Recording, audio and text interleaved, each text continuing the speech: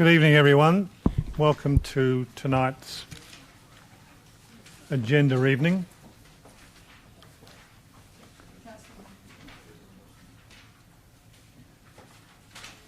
Thank you. Thank you. I'd like to welcome those present and open the meeting, and the live stream is on. Thank you. The City of Swan acknowledges the traditional custodians of this region, the Whadjuk people of the Noongar Nation, and their continuing connection to the land, waters and community. We pay our respects to the elders past, present and their descendants. I'm going to read the disclaimer. The City of Swan disclaims any liability for any loss arising from any person or body relying on any statement, discussion, recommendations or decisions made during this meeting. Where an application for a licence or approval or the like is considered or determined during this meeting, the City warns that neither the applicant nor any other person should rely upon that discussion or determination until written notice of either an approval and the conditions which relate to it or the refusal of the application has been issued by the City. Please note this meeting is being live streamed. The recordings will also be archived and made available on the Council's website after the meeting. If you choose to participate in the meeting during public question time and public statement time, it is assumed you give your consent for the audio to be recorded. Please keep your comments respectful to the Council and to other members of the community. Visual images of the public will not be captured. The conditions of entry: no electronic, visual or audio recording or transmitting devices or instrument is permitted to be used. A person who breaches this provision of the City of Swan Meeting Procedure Local Law 2019 will be required immediately to leave the premises, not the presence. Okay, before I start the meeting, I've just got a couple of words to say. So thank you very much indeed for attending. We have got a packed gallery, and I'm sure that gallery is going to be on the interchange bench tonight as we go through various items. Tonight we've got some very important council business to get through, including the 2022-2023 annual budget and some items of substantial public interest. While you're in the public gallery, could I please ask you to remain respectful to Council and other members of the public in attendance. Please not talk amongst yourselves or interject with comments, please. Please give each other the opportunity to address the Council without interruption and listen to those discussions. It can be difficult around the room for our councillors to hear you and each other, and it can be distracting when others are trying to form arguments in debate. This can cause disruption and reduce the efficiency of the meetings. Please also be aware that noise in the outside waiting area carries through into the chamber. If you wish to have discussions amongst yourself, I request that you please move downstairs or outside. I know it might be a bit cold out there, but we need to stop the noise transferring through the building. So I appreciate if you could please observe those things. So the attendance and apologies for tonight, Mr CEO. We have leave of absence, Councillor David Lucas and Councillor Kylie. Otherwise, everyone else is here. Declarations of financial and proximity interest and interest affecting impartiality. We have one by Councillor Johnson, declared an impartiality interest in 1315. Councillor Luna proposed the realignment of the National Freight Route as Bushmead Conservation, as Cobbers donated a bottle of wine to him. I hope it was nice, Councillor Johnson. Councillor Johnson declared an impartial interest in item 4.3, proposed community purpose, Women's Rehabilitation Centre, Lot 8, bracket 2118, Great Northern Highway, Borsbrook, as Shalom House, providing volunteers during his 2019 election campaign. Public question time, number 5. Questions and answers recorded in the minutes of the meeting may be summarised in accordance with the Local Government Administration Regulations 1996.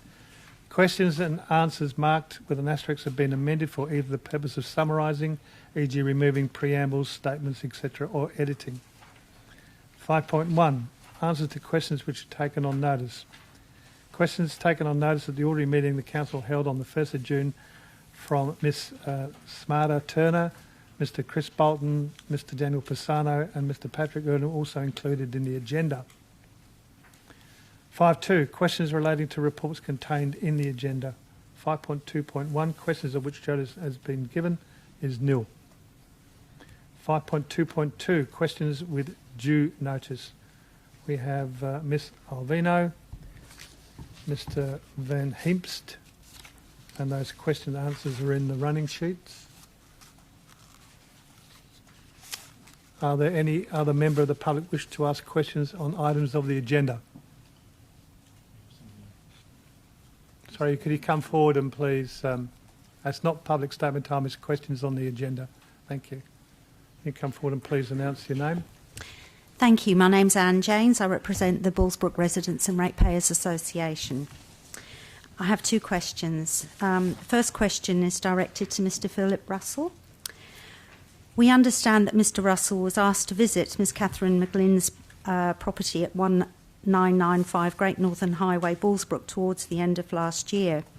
Can Mr Russell tell us what happened when he took a photograph over the fence to the adjoining property, Shalom House, Lot 71973, Great Northern Highway, Bullsbrook? Mr Russell. Thank you, Mr Deputy Mayor. Yes, I can. When I left Ms McGlynn's property that morning, I was photographed by members of Shalom staff from the roadside of their property. Thank you. The second question is directed to Mr Leon van der Linde. The planning process is very important. It is the only protection that residents and ratepayers have. The responsibility surely lies with the City of Swan staff and elected councillors to ensure that all developers respect the process. What level of confidence can residents and ratepayers have in the planning process, including compliance, when a developer openly flaunts the rules? Mr van der Linde. Mr Deputy Mayor, when rules are broken by developers, we take compliance action against those owners or property developers. Normally what happens is they then submit an application to remedy the situation, and whilst that application is in train, it is difficult to take further remedial action from a compliance point of view. In the case of Shalom, there is currently the compliance matters with our lawyers, and we are awaiting action and further advice from them on that specific matter. Thank you. Mr Deputy Mayor, could I ask Mr Russell another question, please? Please. Going back to my first item, Mr Russell, you said that you were photographed. Was that the only thing that happened? Through Mr Deputy Mayor, I got out of my car and approached a member of Shalom staff and questioned them as to why they were photographing me. Did you feel intimidated, Mr Russell? Through Mr Deputy Mayor, personally I did not feel intimidated, but I thought it irregular. Thank you. Thank you. Has Mrs Walsh got a question?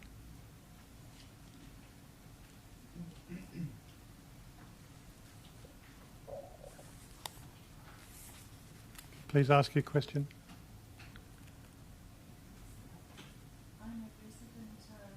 Can you put your microphone on, please? Thank you. Got it on? Thank you. Yep. I'm a resident of the Bushmead Estate housing, and I wish to ask the council what is the proposed line of action where opposite on Old Midland Road there seems to be a lot of drilling and heavy equipment just suddenly appearing. What is the proposal for that heavy equipment and drilling equipment there? Is it for housing estates, or is it along the lines of this freight line? Mr. Mr. Coaten or Mr. van der Linde? Mr. van der Linde, thank you. Mr. Mayor, we'll have to take that, Mr. Deputy Mayor, sorry, we'll have to take that on notice. If Ms. Walsh can just provide, I'll give you my details and you can provide me more. I'll need more details to the exact location of it. but it's probably in relation to development on the opposite side that relates to industrial or other residential development. I'm not aware of any developments in relation to the freight line itself, but we'll need the detail and I'll then investigate and get back to you. So if you could provide that, and the others will come back to you. Thank you very much for your time. I've got Dr. Fiona Wilson-Ross here.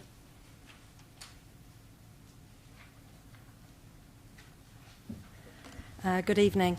I've got a question regarding 1315, and that question is, why is the long-term rail freight route the sole focus of Clause A of this motion, claiming to alleviate Midlands traffic issues sooner rather than later? The argument for the motion doesn't show that the rail realignment is the only or even the main reason for Midlands traffic problems. It's just one factor. So why is Clause A1 got the sole focus, the rail realignment? Yeah. I think the answer to that will be probably later on tonight when it Yes. goes into debate. But we're not allowed to ask a question then, are we? Well, you can ask a question, but you're asking for an answer that I can't give you Yes. until it So, actually comes okay. up in tonight. And the other question was, I forgot to ask, I've got a few more last petitions to hand in, but is that Thank later? you. Yeah, later. Thank Thank you. John Gandrew, you have a question?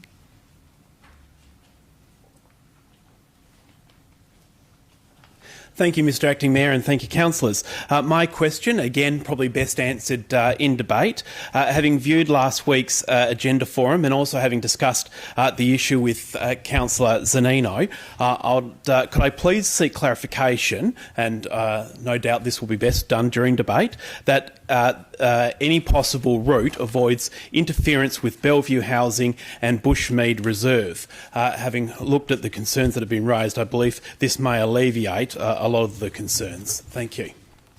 Thank you very much. I have another few questions that have been raised. I don't know whether these people are in the audience, but I'll give it a good go. Mr. Vic Asensio, are you here? Yeah. Mr Acting Mayor, councillors, Sorry, my name is... could I have your name, please? It's Julie DeScenzo. Julie, I'm thank speaking you. on behalf of Vic DeScenzo, and we have a business on Great Eastern Highway. First question is, will council consider the interest of all residents, business proprietors, service providers, commuters, shoppers, clients and customers to the critical circumstances of existing and future circumstances of traffic ingress and egress to, from the Midland Bellevue business locality? That is the clear objective of Councillor Zanino's notice of motion. Thank you. We'll take your question on notice. Thank you. Thank As you. the items are on the agenda tonight. Thank you. And the second question, what is the estimated cost to the City of Swan in placing this motion before the state government requesting the state to review the 2018 realignment decision? Give you the same answer. Thank you, Julie. Thank you. We'll take it on notice. Thank you. And I have Michael Spancic.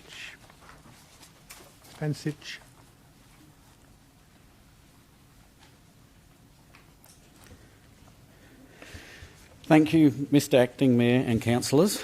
I'm answering this question on behalf of Michael Spancic because he couldn't turn up at late notice. Sorry, and your name is? John Kemish. John Kemish. Thank you.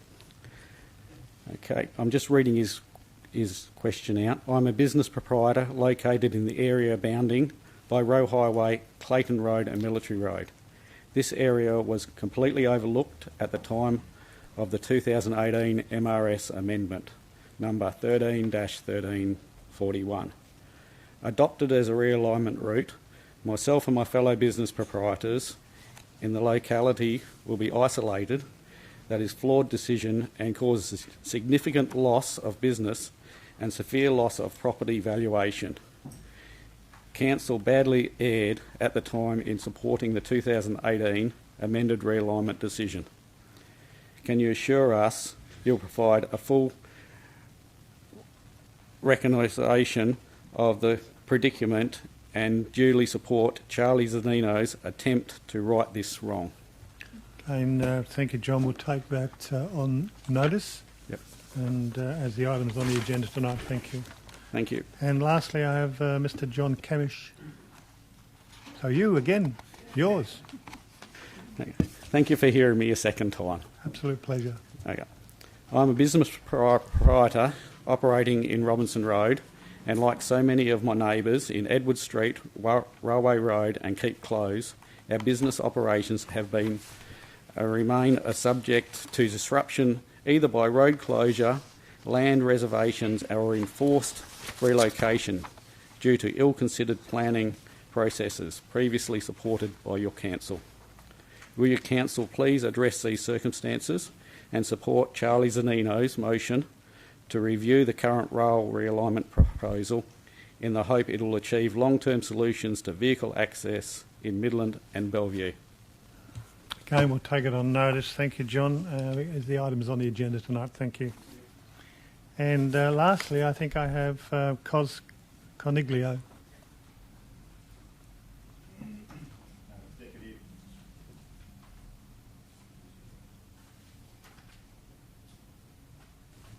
Deputy Mayor and Councillors, my name is Cosmo Cornelio. I operate a business with frontage to Wilden Street in Bellevue. Recent road alterations resultant to the Sale Yards precinct development has further exacerbated vehicle traffic movement problems in Clayton Road. The motion advanced under Councillor Zanino's name appears as a sound approach to the overall and long-term problems of Midland-Bellevue.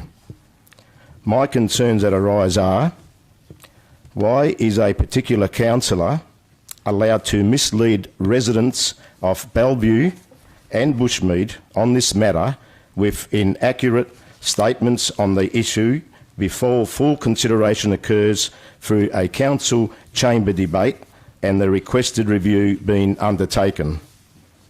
And B, does the action of the councillor deliberately advancing his intended voting position on a proposed motion breach the local government regulations? My second question is, the state government's earlier Metronet announcement included a statement suggesting the urban rail service would be extended to a new Bellevue station. The proposed layout of the Public Transport Authority's railcar assembly area and the closure of Robinson Road this forthcoming September to permit railcar movement under the unused arches of the Roe Highway Bridge as part of the railcar servicing and parking requirements suggests that Bellevue Railway Station will never occur. My question that is information leads to is, would Council be aware, A, that if the National Rail Freight route is relocated because of the proposed review, that the opportunity to establish an urban rail service to Bellevue would be possible? B, furthermore, that a road access to a new Bellevue railway station would be possible via the extension of Henkin Street off Clayton Road, together with a pedestrian-cycle accessway from the Bellevue residential area. And C, additionally, with appropriate road design, that a partial substitute to the closure of Robinson Road could be provided. Thank you. Thank you, Cosmo. Again, we'll take all of your comments on notice and come back to you. Thank you very much indeed. Okay. Up to 5.3, which is other questions. Are there questions of which due notice has been given? We've got questions from Ms Stempfel. They've been answered. Mr Robert Illick, they've been answered. Karen Mowat have been answered. Mr Pisano, they have been answered. And Miss Anne James, they've been answered. And Helen Quaif's questions have been answered in the run sheets. I'd like to ask any member of the public wishes to ask a question on an item on the agenda.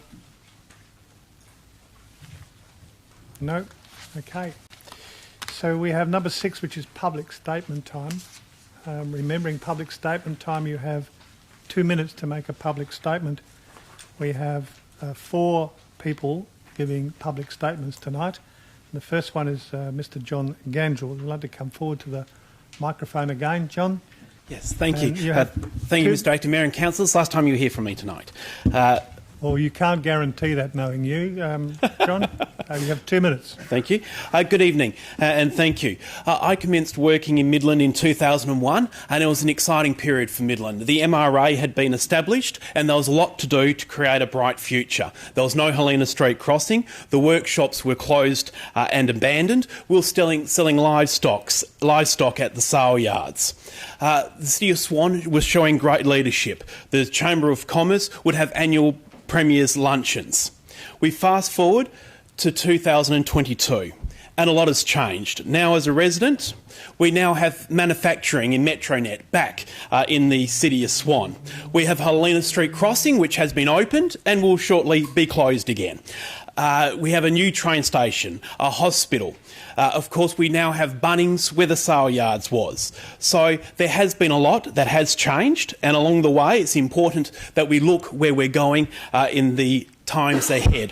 And one of the great things in 2001 in that era was the great collaboration that the City of Swan had and the leadership that they showed working with all tiers of government, working with the community. And hopefully I'm very confident that we'll get that great leadership back again and the City of Swan will once again be the stellar council working with both federal and state counterparts to ensure the best outcomes for Midland. Thank you very much and good luck with the deliberations tonight. Thank you.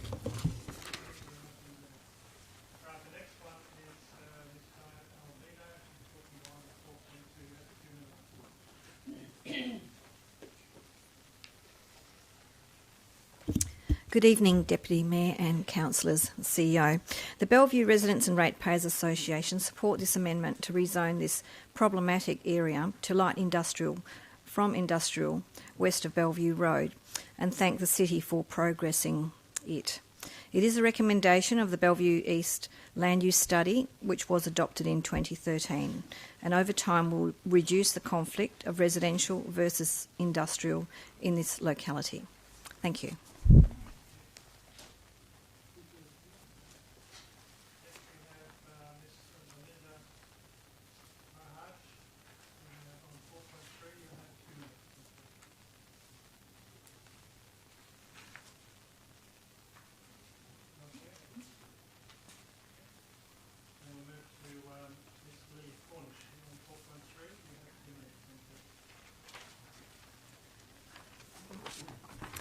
Thank you, councillors, for your time. I'm speaking on behalf of a number of Bullsbrook residents in relation to DA 215/22, the development of a women's rehab centre at Lot 82118 Great Northern Highway.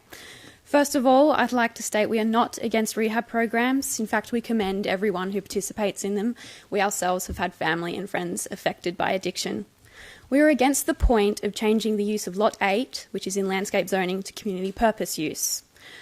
Point 1, Shalom House's facilities as a rehab program does not even constitute community purpose.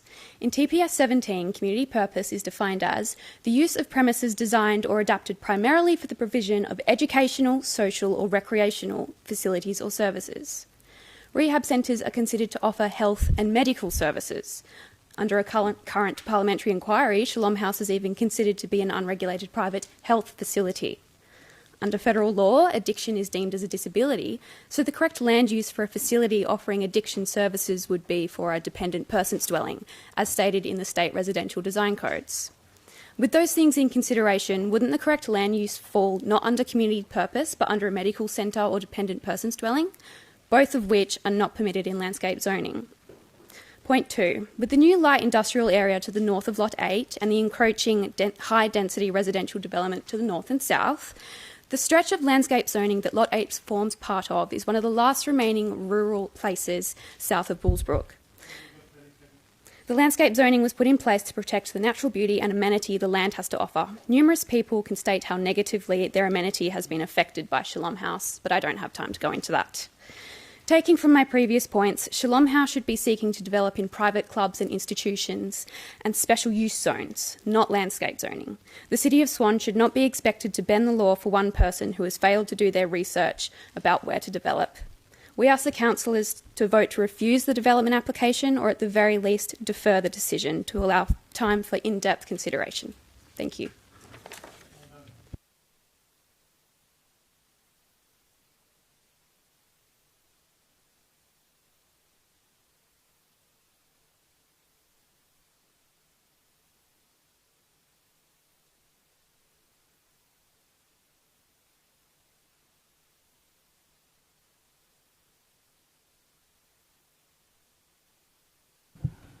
I forget. Thank you. So we move on to petitions. We have petitions received, 368 signatures that came through on the proposed realignment of the National Freight Route from the Bellevue Residents Ratepayers Association. And we had a further 301 signatures objecting to the notice of motion on the proposed realignment that came through from Dr. Wilson Ross. And you've got some more for tonight. Thank you. If you could have them handed over to the staff. Thank you. Do you want them read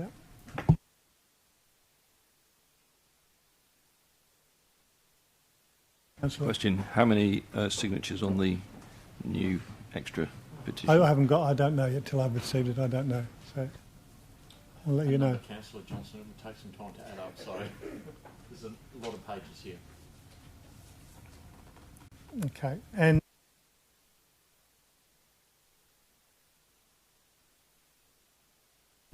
Perhaps the lady that handed this petition over might be able to answer how many signatures are on it. Do we have an idea how many signatures are on the petition? 20? 25? 25 on this one, Mr Deputy Mayor, and we have 7 on the next one, so 32 in total. 32. Okay, so we'll add those 32, thank you. And we also had 4 signatures from Mr. Arthur Storm as well. So I need someone to the petitions be considered for submission on item 13.15. I need a mover and a seconder. Moved Councillor Jones, seconded by Councillor Johnson. Is there anyone opposed? Okay, declare it carried. Thank you. Any other petitions? No.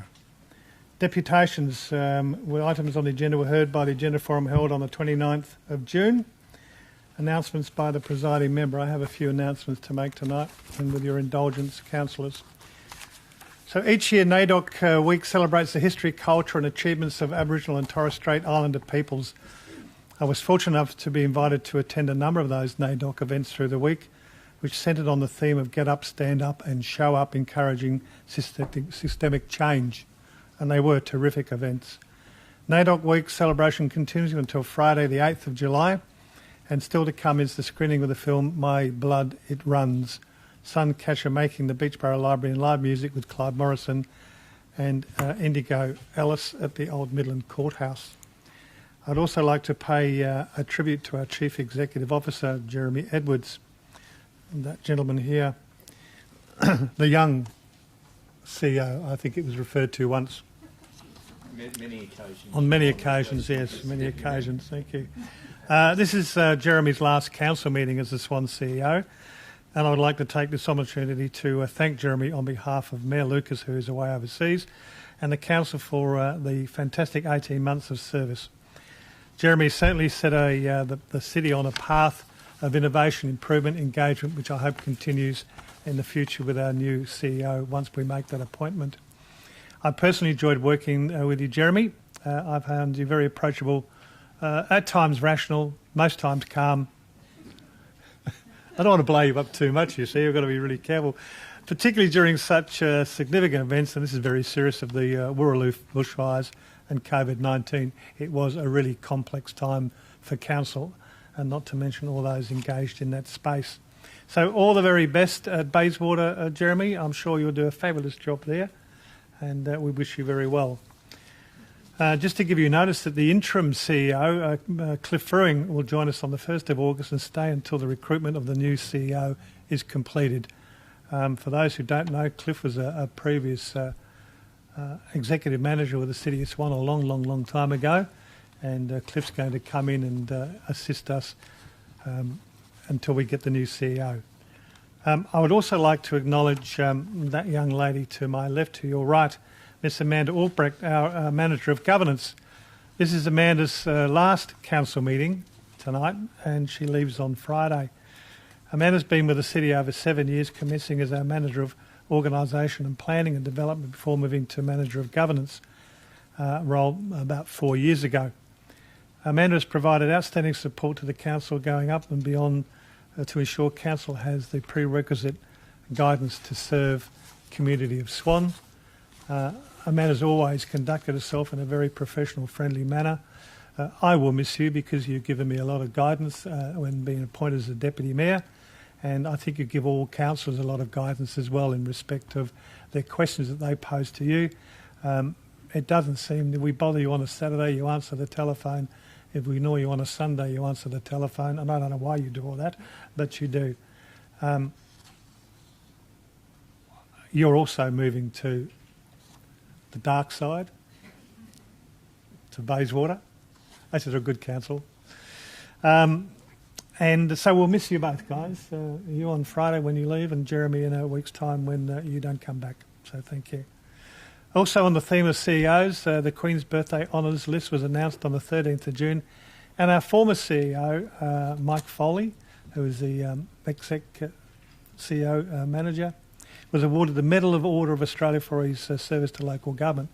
So from all of us, Mike, if you're tuned, he's actually home with COVID at the moment, so maybe he's a bit bored, as you do when you get COVID, and he's tuned into the council meeting. So well done, Mike, on 30 years at the City of Swan during that time, and taking on the roles you did as the Deputy Shire Engineer, City Engineer, before being appointed as the Chief Executive Officer in 2006, which is he held for some 14 years. So well done, Mike, to that. Another significant award was announced in June as well, involving another Mike Tarachi. Mike Tarachi's 40 years of service as a firefighter to the East and West Volunteer Bushfire Brigade was honoured with a Fire Service Medal, the highest notorious award being given to an Australian fire service. Mike has played a critical role in the response of 4 cyclones, 4 major bushfires, including the 2009 Black Sunday bushfires in Victoria. So on behalf of the City of Swan, we thank you, Mike, for all your hard work, as we do for everyone leaving Swan. Thank you.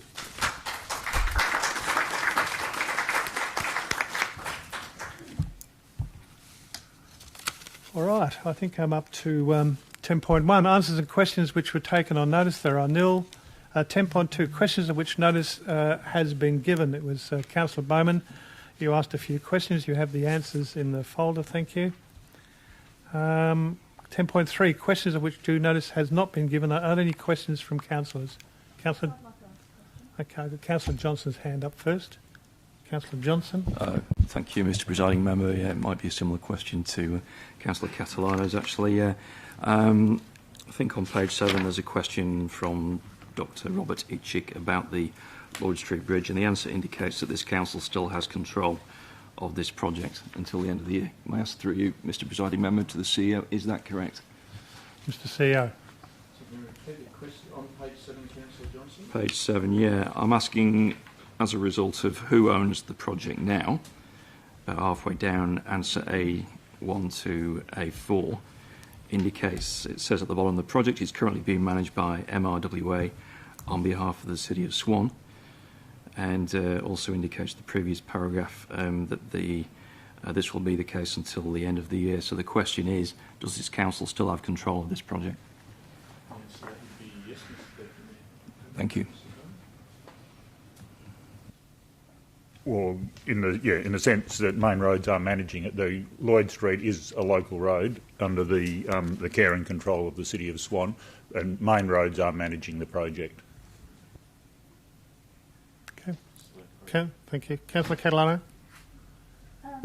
My question's about It's on page 8, and it's just about Midland Junction Lotteries House.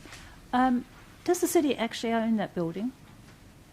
I wasn't aware of that. Yeah, I think, I'm pretty sure we did, yep. The city owns the building? Okay, thank you. Councillor Bowman. Thank you, Mr Deputy Mayor. Can I ask why was Councillor Johnson's notice of motion C.1.1 included in the agenda when the simple fact of the matter is it couldn't be acted upon because it breached legislation? So, Ms Albrecht. Through you, Mr Deputy Mayor, staff weren't aware that the motion put forward by Councillor Johnson breached legislation until after the agenda had already been printed, and so that correction or that advice was given to Councillor Johnson after the agenda had been printed. Any other questions which are due notice not being given? Nope. Okay, thank you. Number 11 is the leave of absence. We have 2 leaves of absence already nominated. Councillor Knight from the 7th to the 22nd of August. Councillor Bowman from the 11th to the 15th of August. Are there any more? Councillor Jones?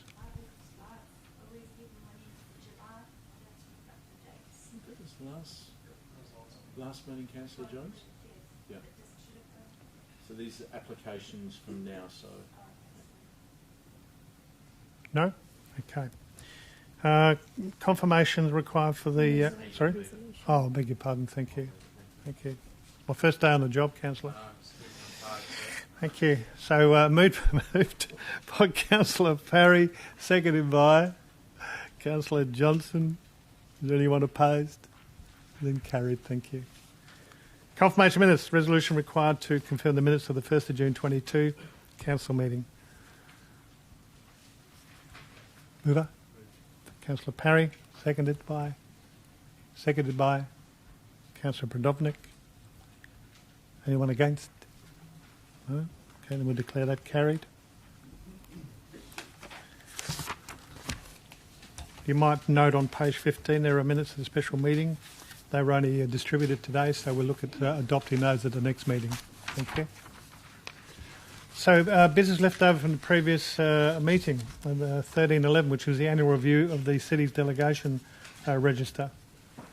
And you may recall that this was to lie on the table at that last meeting. And I understand now that there is a new motion to have it taken off the table. And I direct that to Councillor Johnson. Yeah, thank you, Mr Presiding Member. As I don't think we've ever done this before, it looks like it's item 1. I've got to actually move to take the matter from the table. Is that correct? Okay, I move to take this matter from the table. Second was Councillor McCulloch. Okay. Is there anyone against? So that carried. Thank you. 1312. Item. Oh, sorry, I beg your Item pardon. 2. Yes, Councillor Johnson. Then you're moving to the. I'm moving to item 2 now, consideration, Mr Mayor. yes. So, Mr Mayor, Mr Presiding Member, I'm requesting to withdraw the motion that was in progress at the last meeting to adopt the officer's recommendation because I wish to put forward a deferral motion at item 3. So the move and second. Councillor McCulloch moved, seconded by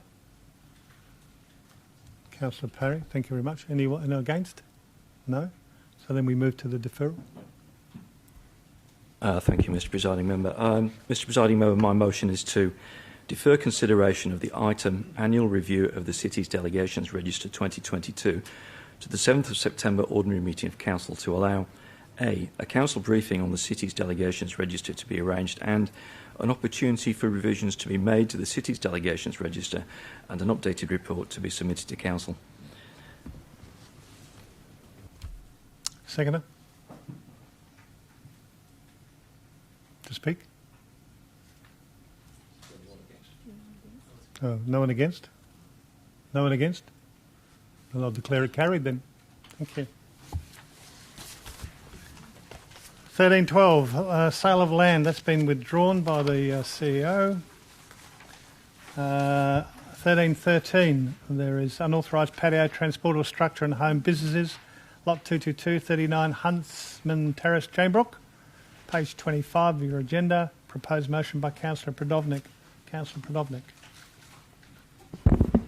Okay, I'm asking Council to defer consideration of the development application for a transportable structure patio and home business at lot 222, number 39 Huntsman Terrace, Jane Brook, until the ordinary meeting of Council, actually not next month. Is there a date there? Future ordinary. No, this says to future ordinary meeting of Council. Okay, I've got here, through you, Mr. Presiding Mayor. Is that next month fine? Yeah, Mr. Deputy Mayor, through you.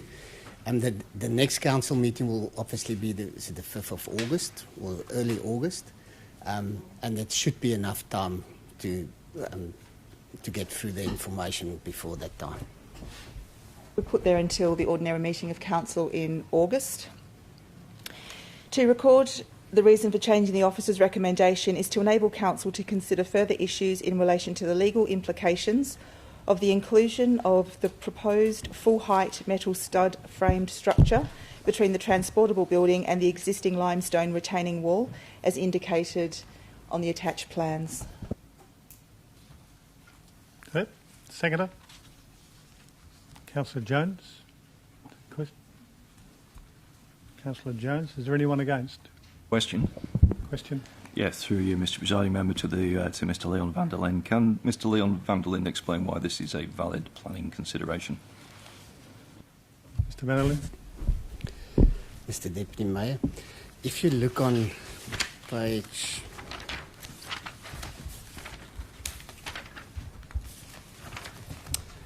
36, well, the best place to see it actually is page 38. The information indicated in red on the development application plan there refers to the steel plate that's been constructed and installed against the retaining wall. Now, the fixing of that plate against the retaining wall is something that cannot be approved under the building regulations, which will be the next step in this process. So the fact that that is shown in the development application means that if the development application is approved as it is shown in this plan, will be something that's incorrect because it cannot be implemented. So one will have to modify the application in front of council from a DA perspective to confirm that with something that can be applied and that will be approvable under the building regulations. The other part to it is that the pure fact that a structure is fixed against a retaining wall that belongs to the neighbouring owner is something that is also not allowed. So although the intent with the development application was to propose a structure at a null setback, the plans actually show that it's affixed to the wall, and that's the problem. Okay with that answer? Okay. So the seconder? Would you speak? Okay. Is there anyone against? Okay. No one against. We'll declare it carried. 1314, Councillor Zeno, review of the management of the Warraloo Fire recommendations on page 41. 1314. Thank you, Mr. Deputy Mayor. Councillors, I rise to move that the Council resolve to 1.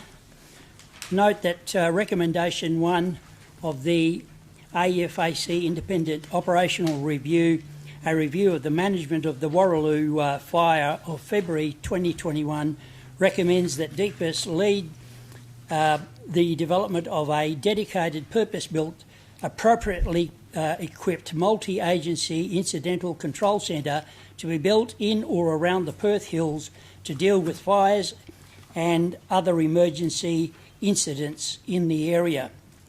2. Write to the Minister for Emergency Services, the Honourable Reece Whitby, MLA, advocating for the development and construction of the Incidental Control Centre within the City of Swan on the basis that the siting of such a facility within the city would ideally be place the facility in a position to service the region with rapid transport connections north, south, east and west, and in particular the Perth Hills. Reason for moving the motion: the development of a dedicated purpose-built multi-agency incidental control centre in or around the Perth Hills is a recommendation of the review of the management of the Warraloo fire. Locating such a facility within the City of Swan would allow rapid transport connections to the north, south, east and west, and in particular the Perth Hills, to help deal with fires and other emergency incidents in the area. Okay. Need a seconder? Seconded, Councillor Henderson. Is there anyone against? No, then I'll declare it carried. Thank you. 1315, Councillor Nino, proposed realignment of National Freight Route. And there is, with, I think, a section now being ruled out, which is section C. Councillor Zanino. Thank you, Mr Deputy Mayor. Councillors, I rise to move that the Council resolve to 1. Request the Minister for Transport, Planning and Ports, the Honourable Rita Sapiotti, to ensure that A. Review of the 2018 MRS Amendment 1313/14 decision in regard to the realignment of the National Rail Freight Route as currently proposed is undertaken as a matter of urgency to alleviate traffic problems evident in the town of Midland. B. Reconsider the impact on the overall vehicular traffic flows now occurring in Midland and planned for the future. C. Recognition is given to these requests by the City of Swan is part of the city's desire to address the historically long-standing problems associated with traffic flows within the Midland town and Guildford in serving the multiple interests of a successful metropolitan centre. And reason for moving: to alleviate long-standing traffic congestion problems within the Midland town and Guildford area. Thank you. Is there a seconder?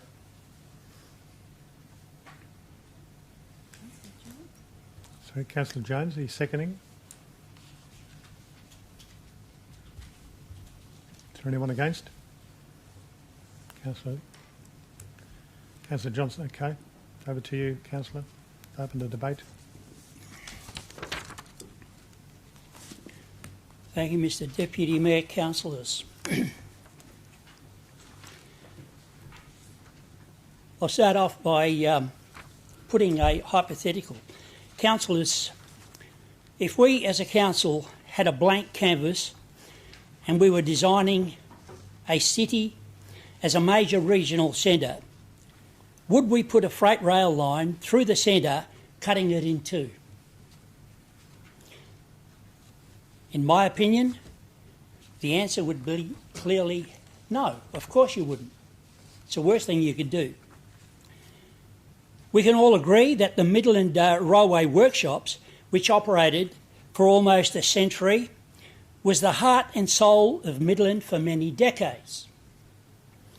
And Midland, as a town and then a city, evolved around the workshops.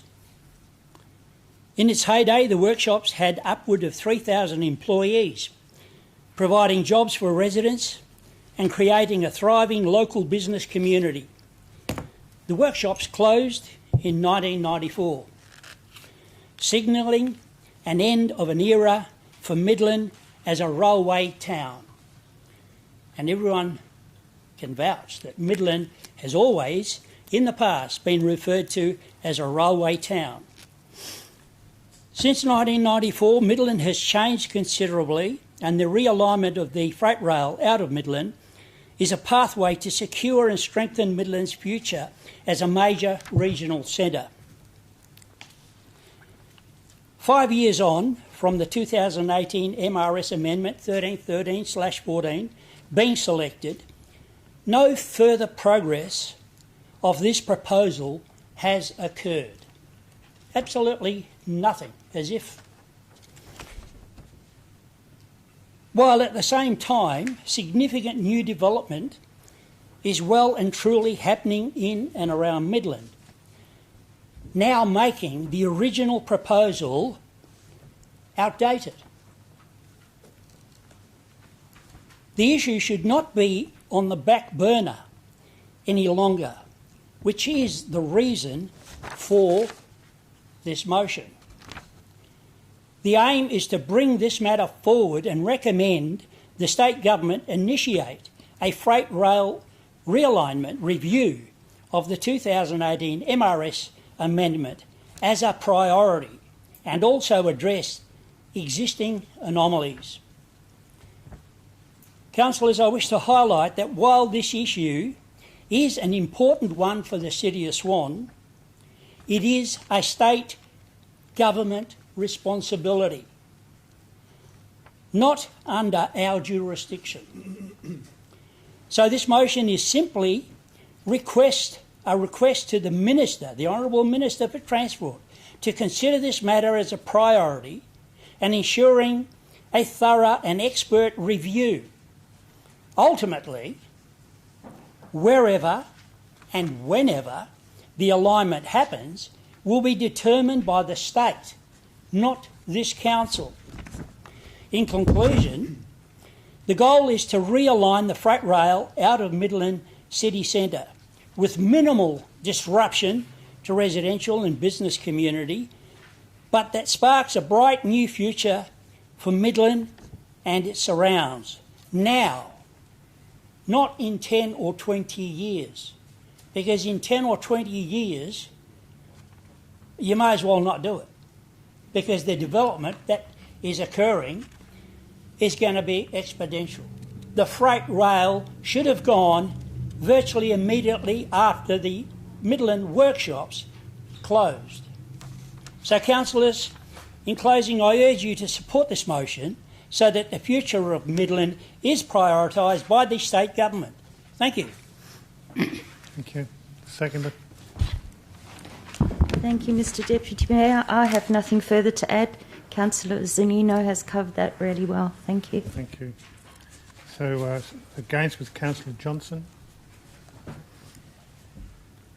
Yeah, thank you, Mr. Mayor. Look, we've heard of 4 petitions with a total of 705 signatures opposed to this motion. That's an absolutely extraordinary number. We've never seen so much opposition from our community, I think, in all the time I've been on council. And as councillors, we're here to represent the community who signed these petitions.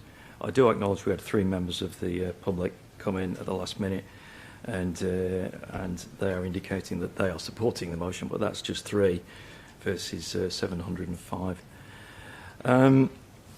Contrary to what Councillor Zinio says, there has been progress. The land has been, the Metropolitan Regional Scheme has been changed to acknowledge the new realignment. The land has been rezoned.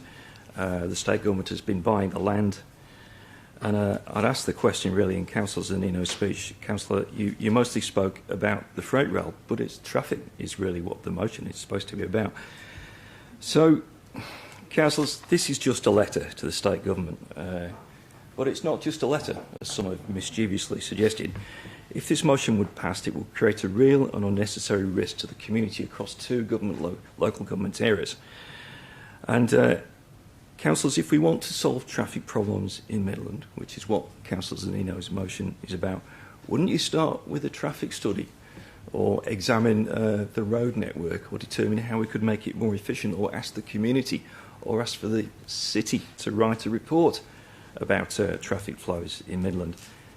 You wouldn't go anywhere near the freight rail, because that's got nothing to do with the current traffic flow problems that we have in Midland if you want to address them urgently.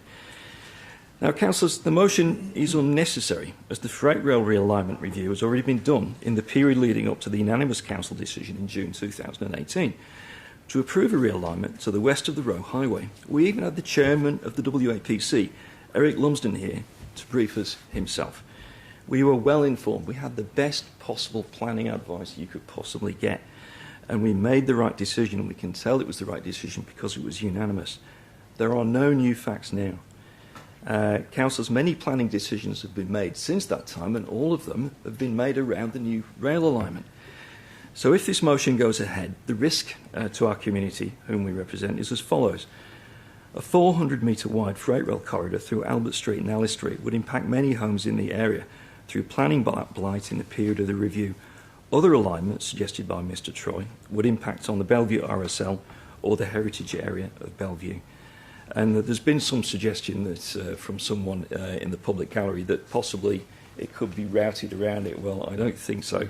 And Bellevue is an area that has seen a renaissance since 2018, with new homes being built, existing homes improved, and the city is installing new infrastructure. It's a great community, and now it's under threat, yet again, by this motion. I acknowledge the leadership of Diane Arvino and the Bellevue Residents and Ratepayers Association for getting the petition together. Bushmead is a new suburb that exemplifies how suburban development should be done, with 185 hectares of bushland preserved for the enjoyment of the community. Bushmead residents are totally opposed to this freight rail coming through their Bush Forever site, 400 metres wide, chunk taken out of it. And I acknowledge the leadership of Fiona Ordson-Ross for her leadership of the Bushmead Conservation Commons and for organising 2 on-site community meetings for organising the Bushmead petition. And then there is the leadership shown in the Shire of Mundaring, with Councillor Luke Ellery, who has a motion on notice that Mundaring opposed to any review of the freight rail realignment. Councillor Joe Cicchini, who took the time to visit the affected area of Bellevue, where she grew up, and the Shire President, Councillor James Martin, who rang me up to advise me of the Shire's approach to this issue. Why are they opposed?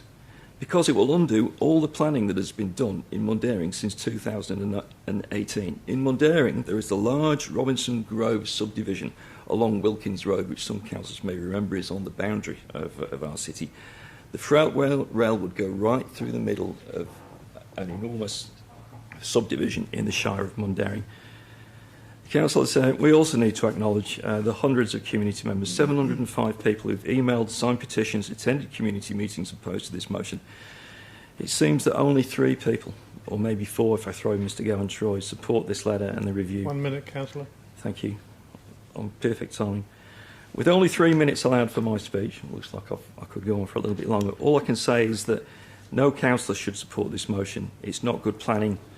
And we are elected and paid to support our community. There's absolutely no merit in this whatsoever. The risk and upset it would cause to our community by even moving this motion is enormously saddened me. So, councillors, I urge every councillor to vote against this motion. We've already made this decision. We had all the facts at the time.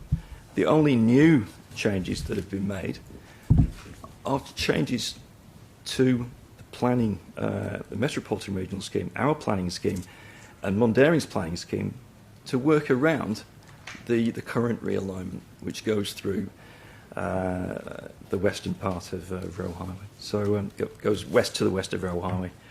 Councillors, do not vote for this. It is profoundly wrong. Thank you. Come on.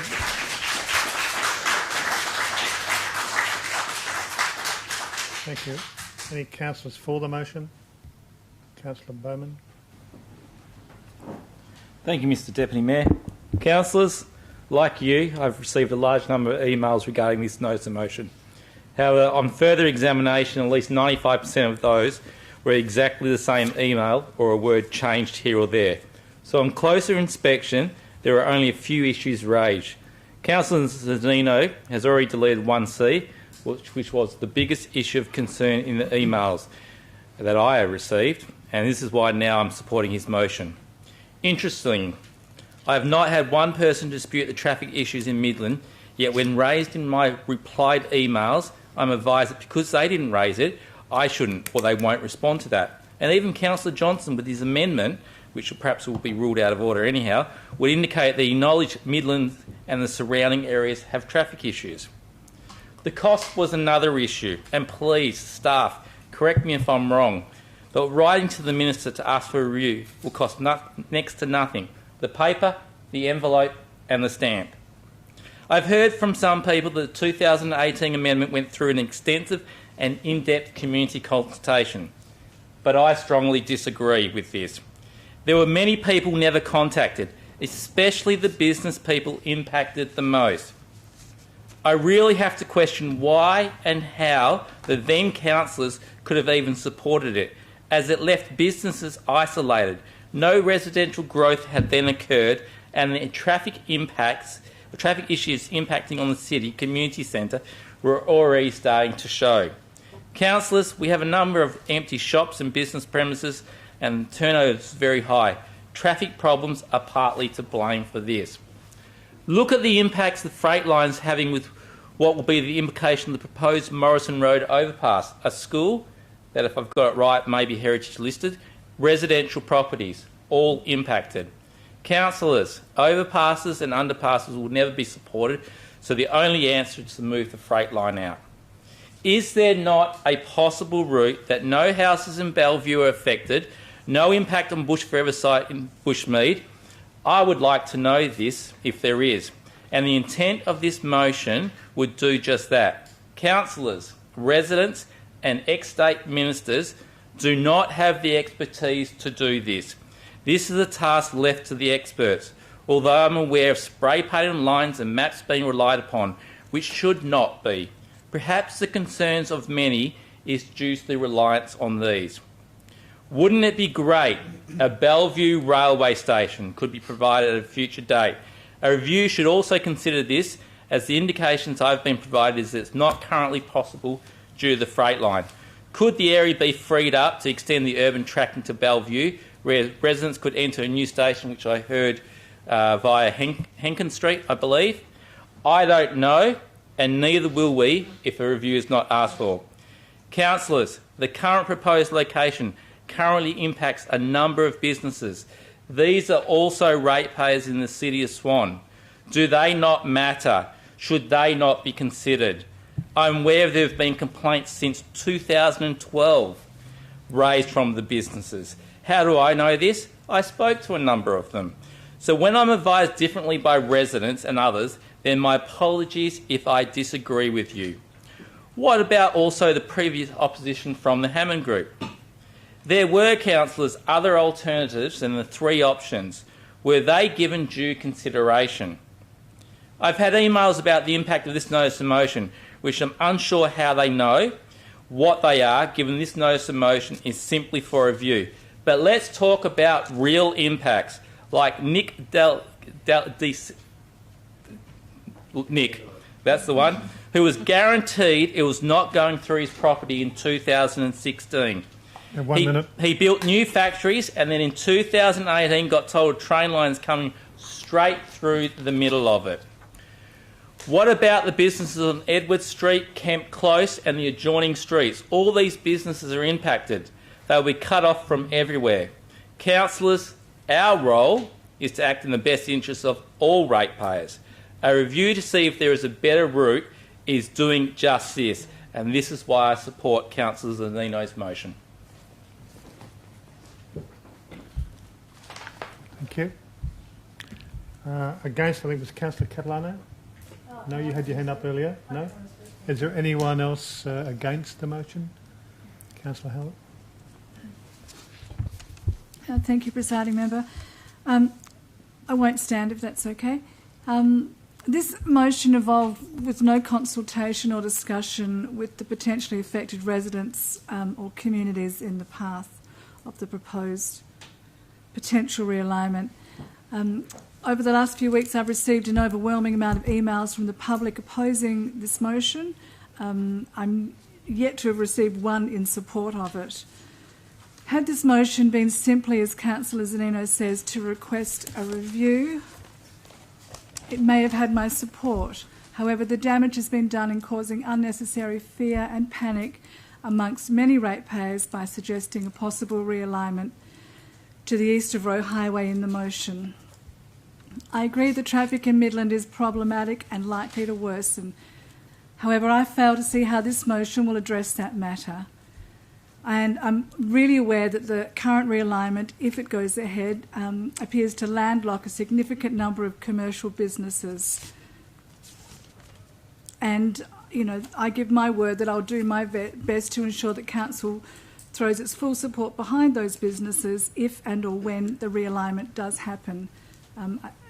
Not everybody can be a winner in this outcome, but I do respect that the commercial businesses are impacted with the current route. But I can't support Councillor Zanino's motion. Thank you. Anyone else for the motion? Councillor McCulloch. Thank you, Mr Deputy Mayor. Councillors, it's well understood that there has been a need to address traffic congestion issues in these localities. That's also informed the current alignment's positioning. But councillors, we've also had significant decisions over major developments in the City of Swan that have been brought back to council to look at if they are worthy of reconsideration. And yes, we need to show leadership, and yes, letters have been written previously. Some of those letters successful, some not so successful. But in us showing leadership in this specific situation, I think it is very wise. Councillor Zanino's motion now, omitting item C, shows this in a different light. It takes out a lot of the concern that we had in regards to one specific aspect, and it allows us to then write a letter with a slightly different perspective and vision to address some of those thoughts, issues and considerations that have arisen. Councillors, 2018, prior to that alignment in the MRS amendment of that year, that's 4 years ago. 4 years ago. And we do agree that traffic movements in that area are changing as a result of developments progressing in that area. And we've also noted and discussed the traffic movements in that area are expected to further change once Robinson Road is closed and Lord Street has been extended southwards to join Abernethy Road. So, councillors, yes, 2018 was 4 years ago. Yes, letters can have an influence, and it is worth asking some questions to possibly review and reconsider. And we do want to address this freight alignment and the traffic considerations. They do go hand in hand. They are interconnected. And councillors, I also believe that there are considerations with further issues pertaining to industrial developments in Hazelmere, and I won't unpack them at this stage, but that is worthy of consideration too. So I do urge you to now support Councillor Zanino's motion, omitting Part C, so that we can move forward. Thank you. Thank you. Councillor Catalan, is it a question or you're against? No, against. Okay. Yeah, actually, I do want to say something, and that is, yes, traffic is bad in Midland, but I just do not understand how this rail alignment in any way impacts on the state of the traffic in Midland now or even in the future. And I don't know, because there's been no traffic studies done to indicate that the freight rail link, either in its current position or in its the position that it's planned for, is in fact going to have any impact on traffic, and does have any impact on traffic in Midland, and will have any impact on traffic in Midland. And I've heard in this council quite a lot of times over the last few months that councillors should not be making decisions when they don't know what it is that they're endorsing. Now, why are we asking for a review if we don't know how the traffic is impacted either by the current plan for the freight realignment, the current freight link, or whether there does need to be some changes because of the traffic impacts? We need a traffic study before we can make this decision.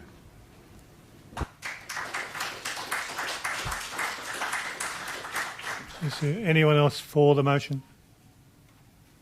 Anyone else against the motion? Against the motion? Councillor Prodovnik. Okay, I'm also speaking against this motion. I support the intent of a traffic review, but there's a few things about this motion I can't support. Firstly, its focus on the freight route, with a map that shows a previously rejected option with suggested amendments heading east.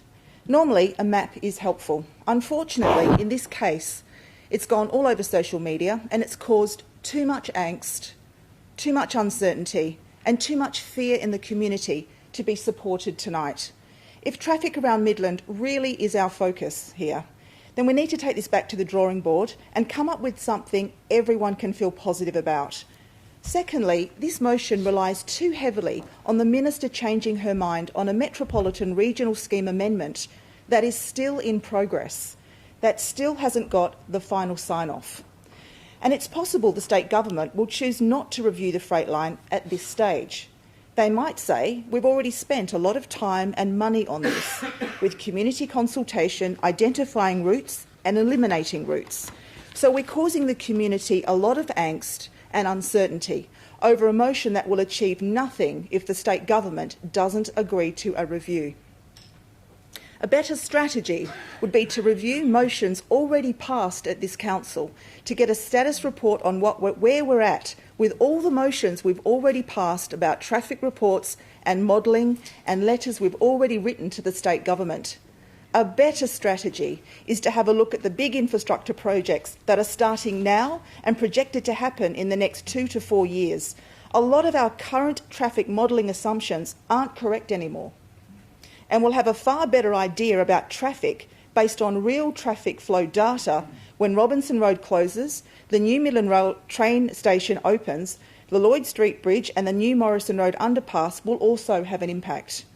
Let's do a review of our previous council resolution and see what's been done and what still needs to be followed up. And let's include issues raised tonight by local business owners in our discussions as we look for solutions in 2022. Right now, we need to follow up on an integrated traffic management plan for Midland. We need to review where we are currently at with previous motions and requests. We need to consolidate what's already been done to work our way forward.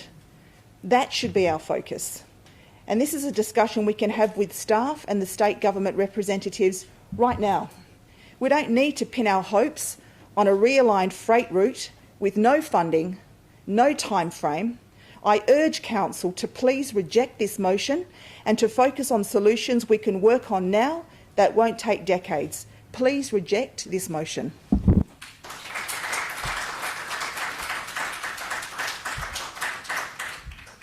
Thank you. Is there anyone else for the motion? Anyone else against the motion?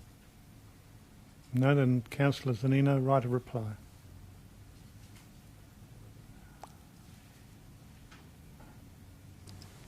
Thank you, Mr Deputy Mayor, councillors.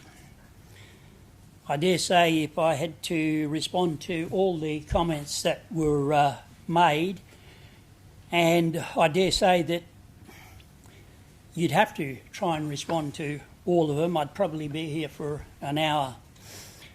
I'll try and cut it down.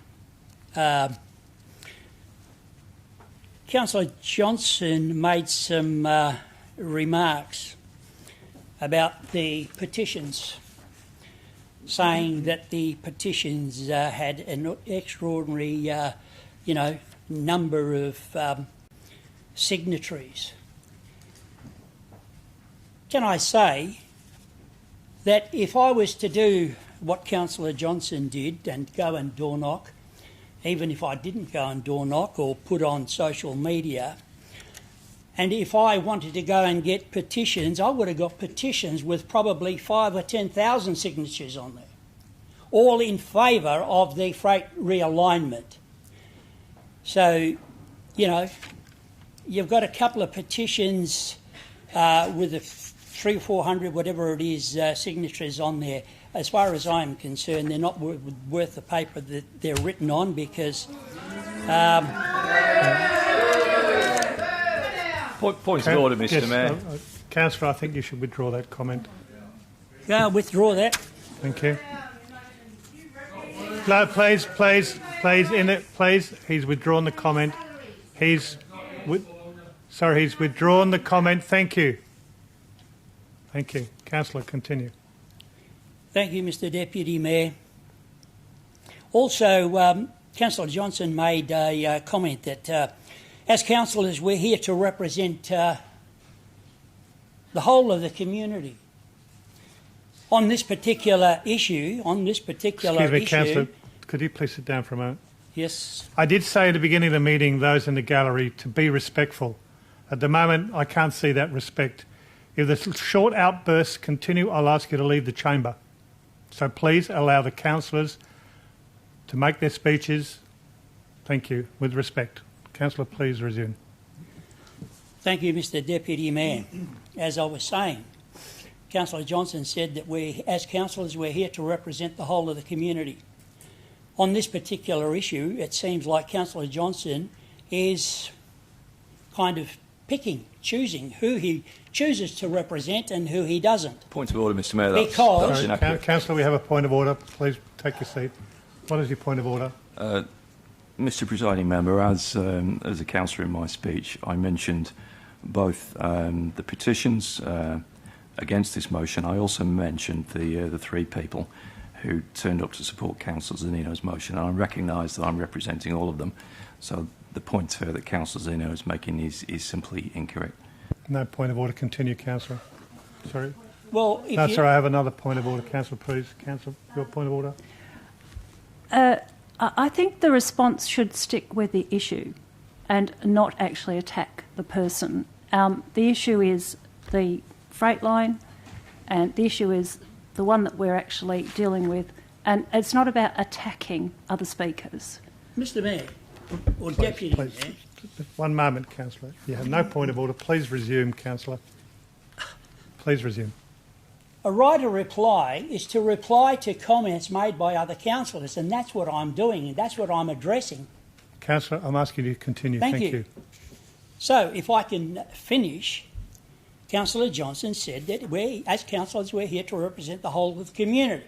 As I said, he is choosing who he thinks that he should address or who he should represent. Because Point if of he order lets again, me Mr. Mayor. finish... Please resume. Please resume. Councillor, sorry, took there's only time. Councillor, please resume your seat. How can Please I not- resume your seat. I have a point of order. And other councillors in the room that wish to think they want to make a decision on the point of order, you don't have the authority, I do. So, Councillor, what's your point of order? It's the same one, Mr. Mayor. I'm representing the whole of my community, including the three people who I acknowledged turned up in there. But Councillor Zanino is incorrectly, factually incorrectly, and that is a valid point of order, stating that I'm only representing one aspect of the community, and that's not the case at all. I've correctly weighed it up, I've understood it, and I've acknowledged those three people. So Councillor Zanino is making a factually incorrect statement in his right of reply. Councillor Zanino, no point of order. No Thank you. point of order. Councillor, Exactly. please. Thank you, Mr. Thank Deputy you. Mayor. Let me continue.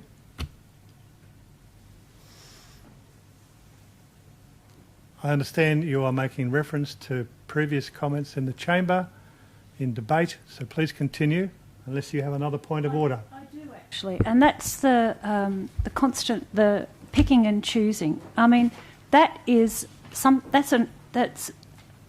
not what I heard. I didn't hear that anybody was chosen or picked over another.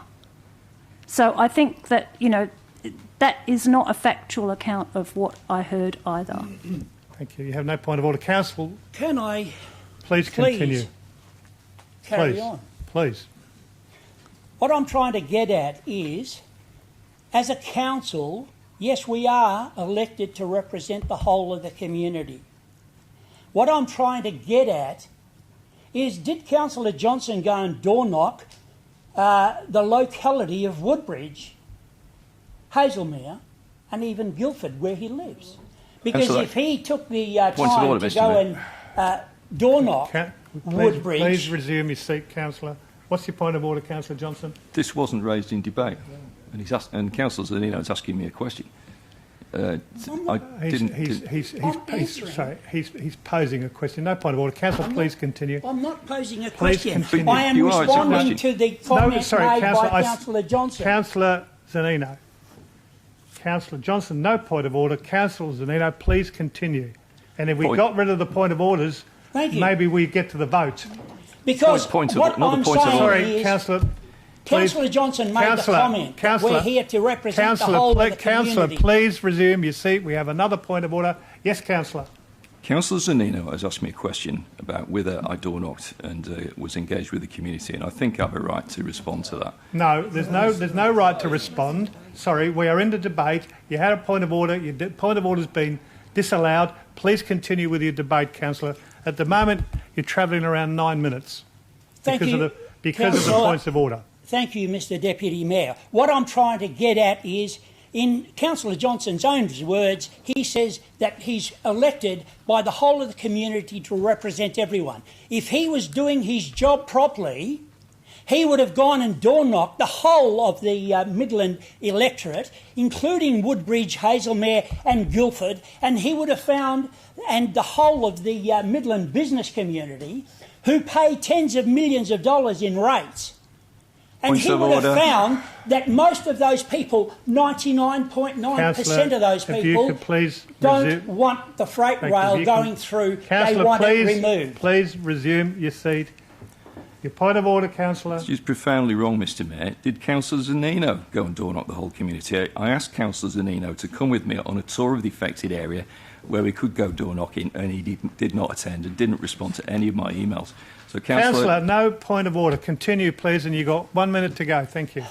Thank you, Mr Deputy Mayor. Look, the whole thing has been put out of context. It's been put out of context by one person who, maybe I shouldn't say, councillors. Sorry, councillor. The freight rail. One moment, councillor. Please do not interject in a debate unless you have a point of order. It's important that we maintain the respectability in the chamber that I've asked the gallery to do, and I would like that observed in this chamber by our members. Councillor, 30 seconds to continue, please, and finish off. There were comments made by, I think it was Councillor Catalano, about the freight trains taking an average of how does the freight trains impact the traffic in and around Midland. If you take the time, the freight trains, which are nearly 1.8 kilometres in length, when they come through to Midland, they have to slow down to a 30 kilometre per hour speed limit. If you have a look at the when the boom gate goes down and you time it until the train goes through and the boom gate goes up again, it takes about 11-12 minutes. So for 11 or 12 minutes, the traffic is stagnant. They cannot move. Now, does that impact on traffic? Councillor. Yes, it does. You're at your time. Thank you. There are pages of things that I could say. But you're Councillor, you're at your time. Thank you. Like I said, this is just a letter, and I don't understand why everybody is so afraid of writing a letter Councillor, to a you're minister. at your time. Thank you. Thank you very much indeed. Thank you. All right. I will put it to the vote. All those in favour?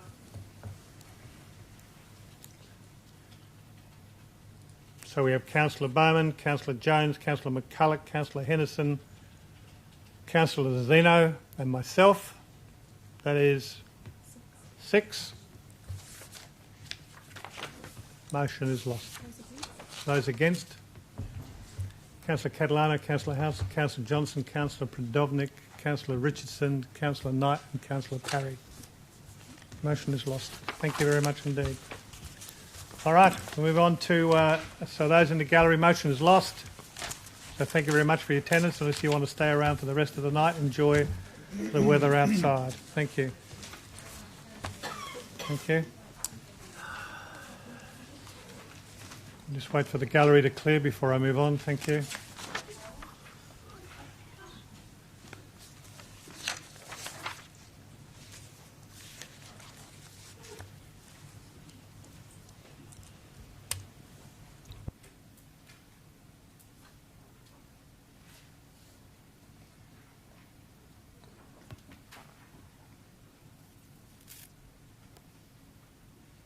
Okie 1316, Council Knight Amendment to Local Planning Scheme Parking Provisions, page 45 in the agenda. Thank you, Presiding Member.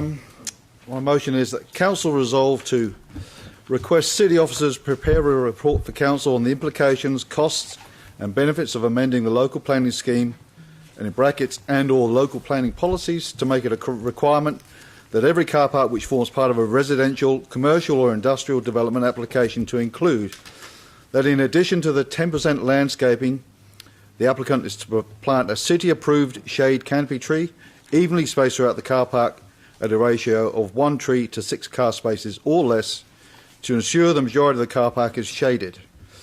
The reason: car parks are great big black heat sinks and we need the city-approved definition of a shade canopy tree to ensure that unsuitable trees not be planted as they may not provide adequate shading. Thank you. Seconder, Councillor Bowman. Is there anyone against? Question? Question, Mr Mayor. Would City officers in preparing this report consider, if it was imposed by the City, the risk of dropping branches on cars and whether or not we would be liable or the landowner be liable? Mr Vanderlyn? Mr Deputy Mayor, yes, one will have to address that in the policy. You'd have to address that in the policy. Okay. You can ask a question. If we don't bring in cover, tree cover into our city, will the city actually be liable for the increased health impacts, the negative health impacts on its citizens by not enforcing provisions like this? I don't know who's going to answer that. I don't think you can answer that. Or maybe you could just take it on notice, because I'm sure there's plenty of evidence and information out there by now. Perhaps, Councillor, you can write a question to Council and seek an answer to your question. My question, that question can't be answered on notice? Well, I have. There is no can't be answered on notice. Yeah. So put it in writing as a question, thank you, and we'll try and deal with it. Okay. My question was there anyone against? No one against, and I declare it carried. 1317, Councillor Knight, I understand you want to defer this item? Yeah, I'll defer this one till next month, please, to talk to staff further. Thanks. Okay. Seconder, Councillor Parry. Is there anyone against? Declare it carried. Thank you very much indeed. All right, we're up to part B.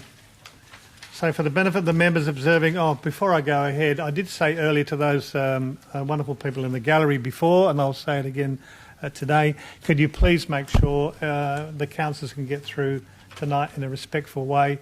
So I would hope that everyone in the gallery would allow our councillors to look at their debates and their rationale and other comments without interruption, and I would thank you for that.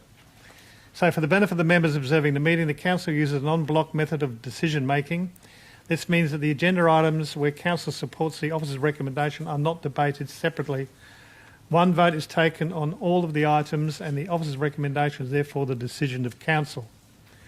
The following reports from Part B and Part C have been withdrawn for debate in accordance with the meeting procedures, Local Law 2019, and will be dealt with by the council individually. So in Part B, we have 2.1, adoption of the corporate business plan. 4.3, proposed community purpose Women's Rehabilitation Centre, Lot 8, number 22118, Great Northern Highway, Ballsbrook. 5.1, Bells Lookout, Brigadoon. 6.4, differential rating, 22-23 submissions. 6.5, adoption of the annual budget 22-23. And 7.1, consolidated amendment of local laws 22, removal of designated horse exercise area. The following items have not been withdrawn for individual consideration and will be dealt with on the en-bloc vote. Therefore, the officer's recommendation will be the decision of council, and for those in the gallery, this will include 4.1, consideration of submissions on the amendment of Planning Scheme 17, 4.2, consideration of submissions of proposed amendments 203 to Local Planning Scheme 17, 4.4, proposed two-storey commercial development in Stirling Parade, Ellenbrook, 4.5, home business at number 3 Ballarat Avenue, Brabham. 4.6, the use of portion of land and telecommunications infrastructure on Irvine Drive in Malaga. 4.7, the use to a portion of land for telecommunications infrastructure, including associated development, Clarkson Road, Bullsbrook. 4.8, draft heritage local plan policy. 4.9, statutory planning decisions under delegated authority. 5.2, solar panels on city buildings. 5.3, provision of electrical services, separable parts. 6.1, list of accounts paid May 22. 6.2, financial management report on the period ending 31st of May 2022. And 6.3, change in basis of valuation. And Part C, 3.1, compulsory acquisition, Lot 4, West Swan Road, Caversham. So I moved to Councillor Parry. For the en bloc, this is moved to the en bloc. Councillor Jones seconded. Anyone against? No, and then we'll declare it carried. Thank you. All right, so now we'll move to the adoption of the corporate business plan, and there's a proposed motion by Councillor Bowman. Councillor Bowman. Thank you, Mr Deputy Mayor. It's just a small amendment, and it's 1A, and the amendment is to provide the correct full-time equivalent FTE numbers.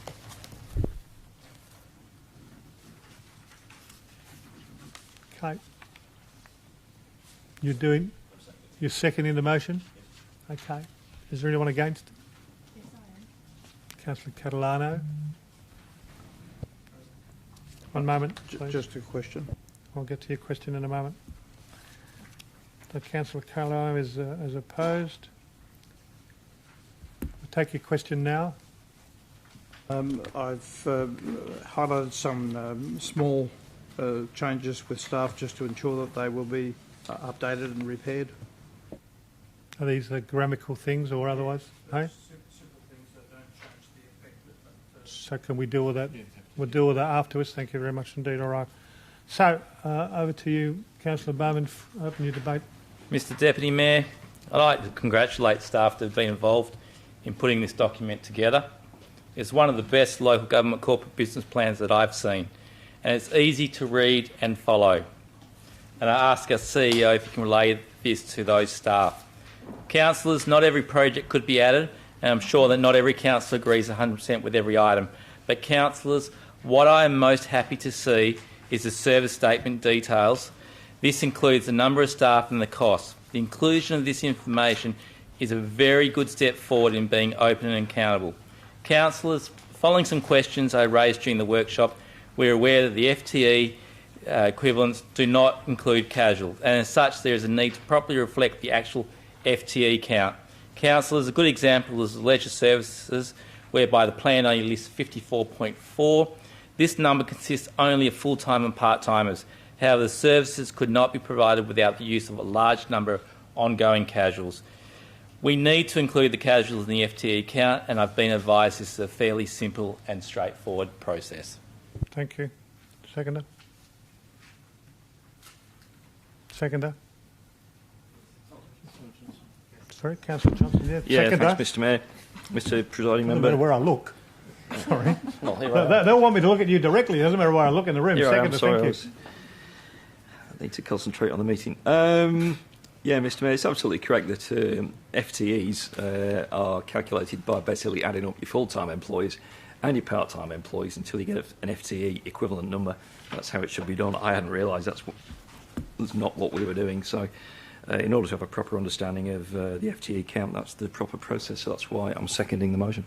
Thank you very much indeed. Councillor Catalano, you're in opposition.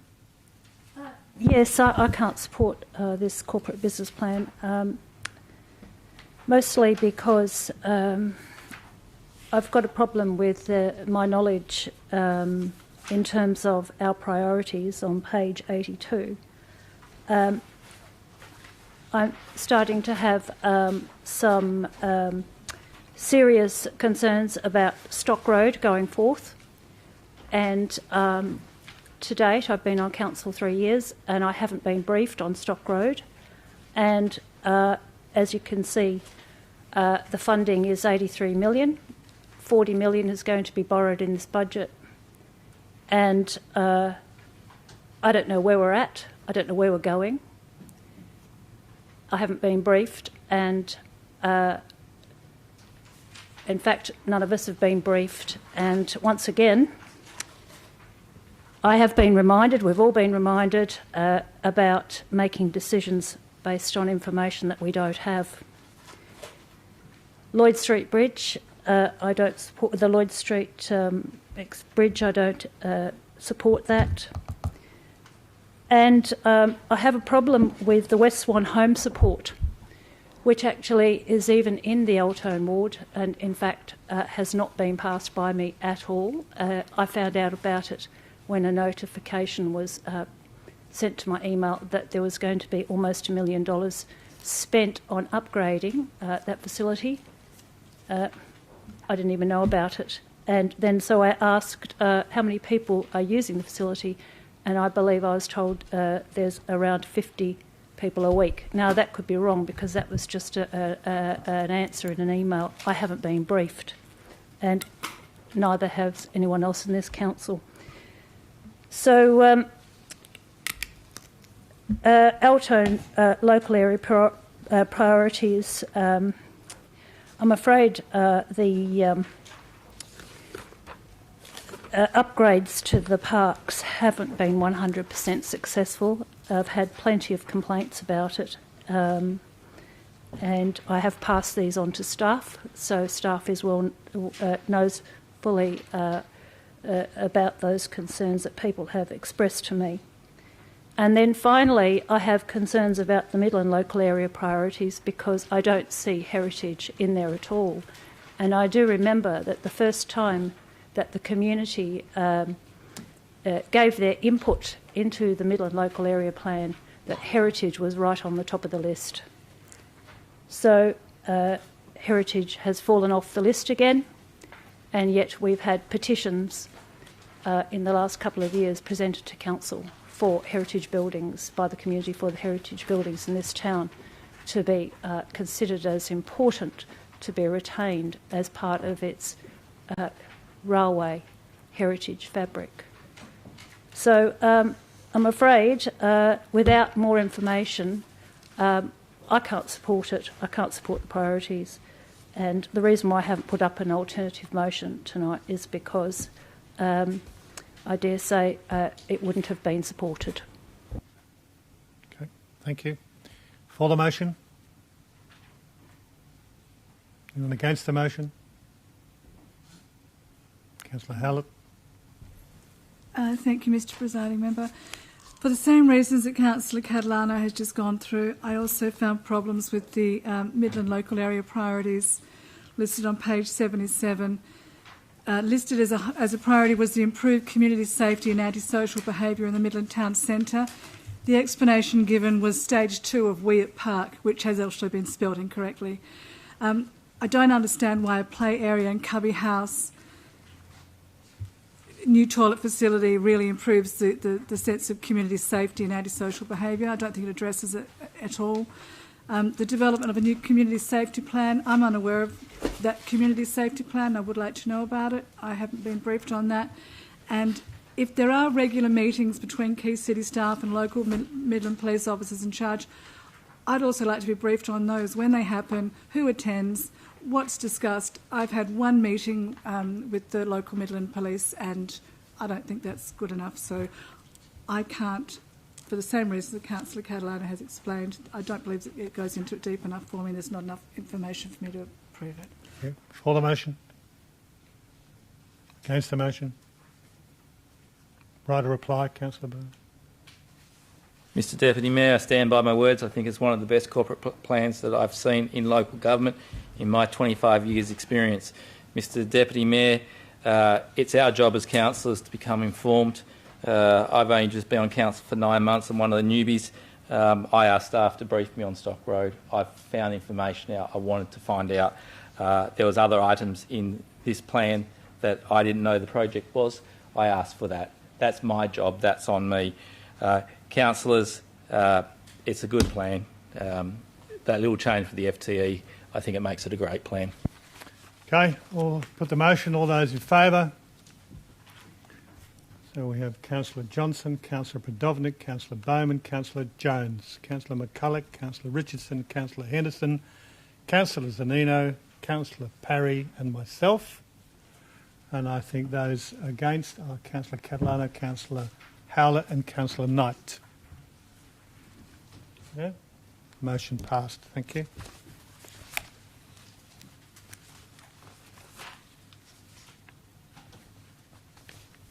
Sorry. Am I here now? That item has Being been withdrawn. withdrawn from the agenda.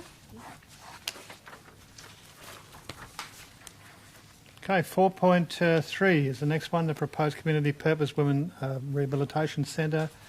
And there's a proposed motion by Councillor Bowman to defer. Councillor Bowman. Thank you, Mr Deputy Mayor. Mr Deputy Mayor, I'd like to move that Council resolves to defer consideration of the application for the proposed Community Purpose Women's Rehabilitation Centre, Lot 8, number 21118, Great Northern Highway, until the ordinary council meeting of the 7th of September. So now the applicant to consider modifying the application to resite the proposed transportable buildings in the middle of the subject lot. Seconded by Councillor McCulloch. I just ask, is there anyone against? Councillor Johnson. Your amendment, Councillor? Thank you, Mr Mayor. The amendment would be second point, to consider the development applications and retrospective applications on Lot 8, 2118. To allow councillors time to consider the development applications and retrospective applications on Lot 8, 2118 with staff that are currently with the Planning Department. If the mover is acceptable.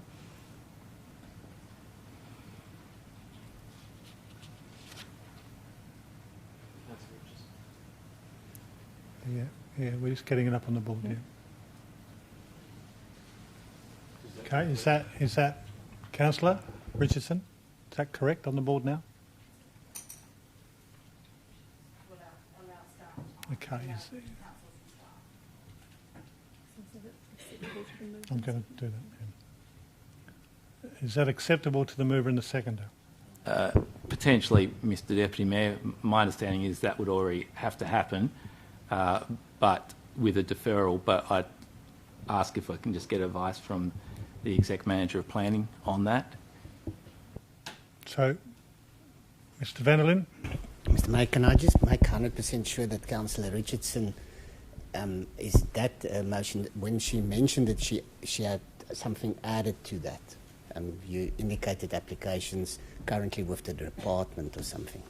There were currently development applications in understanding that there's also some legalities around. Sorry, Councillor, it'd be very difficult for anyone at home to hear you, so if you Sorry, wouldn't use the microphone. Put the question through the chair and then we'll do it. Thank you, Mr Mayor. Question through you to Mr Russell. Is it my understanding at the site visit that there were still development applications regarding this property that still are with planning, and retrospective applications that are currently tied up in those legal proceedings? Through Mr Deputy Mayor, no, I think there's some confusion. We referred to planning and building applications. They are very separate, of course. There was a building permit application for a patio structure that's with us and on hold pending the planning application, but there is only one planning application for 2118. There is not a multitude or separate ones, and the report in front of Council is a full assessment of the planning application as it was submitted. Councillor Bowman's motion for a deferral will be dependent upon whether the applicant is amenable to the notion of modifying their application as it's been submitted to recite, as it says, the transportables. Now, it may be that they may not be so amenable, but certainly in relation to the site visit, I was of the impression that the applicant may well be amenable to do that, and there'll be time for us to do two things: receive that and then advertise it again for public comment. Okay, so then we're going to withdraw that amendment. So we're back to the deferral. Okay, please. Councillors, there have been a number of questions concerned with this application, and we've been provided with a number of emails raising concerns with bullying and intimidation. We have been provided examples where the applicant has failed to comply with planning and building requirements, and I myself raised a number of questions at last week's agenda forum about whether there's a need to comply with, for example, building requirements. The way I see it is you can't, on the one hand, improve a house to be used for a rehab purpose, as it is classified as a community purpose, but then not have to upgrade the building to meet the building requirements, such as things as commercial kitchen, emergency lighting, appropriate exits, minimum number of toilets, etc. Councillors, we've also been provided by the applicant details of the great work they undertake and how they've turned the lives around of hundreds of previous addicts without any cost to the taxpayer, and how there is no issue at any of their other sites. We have received written deputations about how Shalom has helped individuals, and there are many other positive comments provided on social media.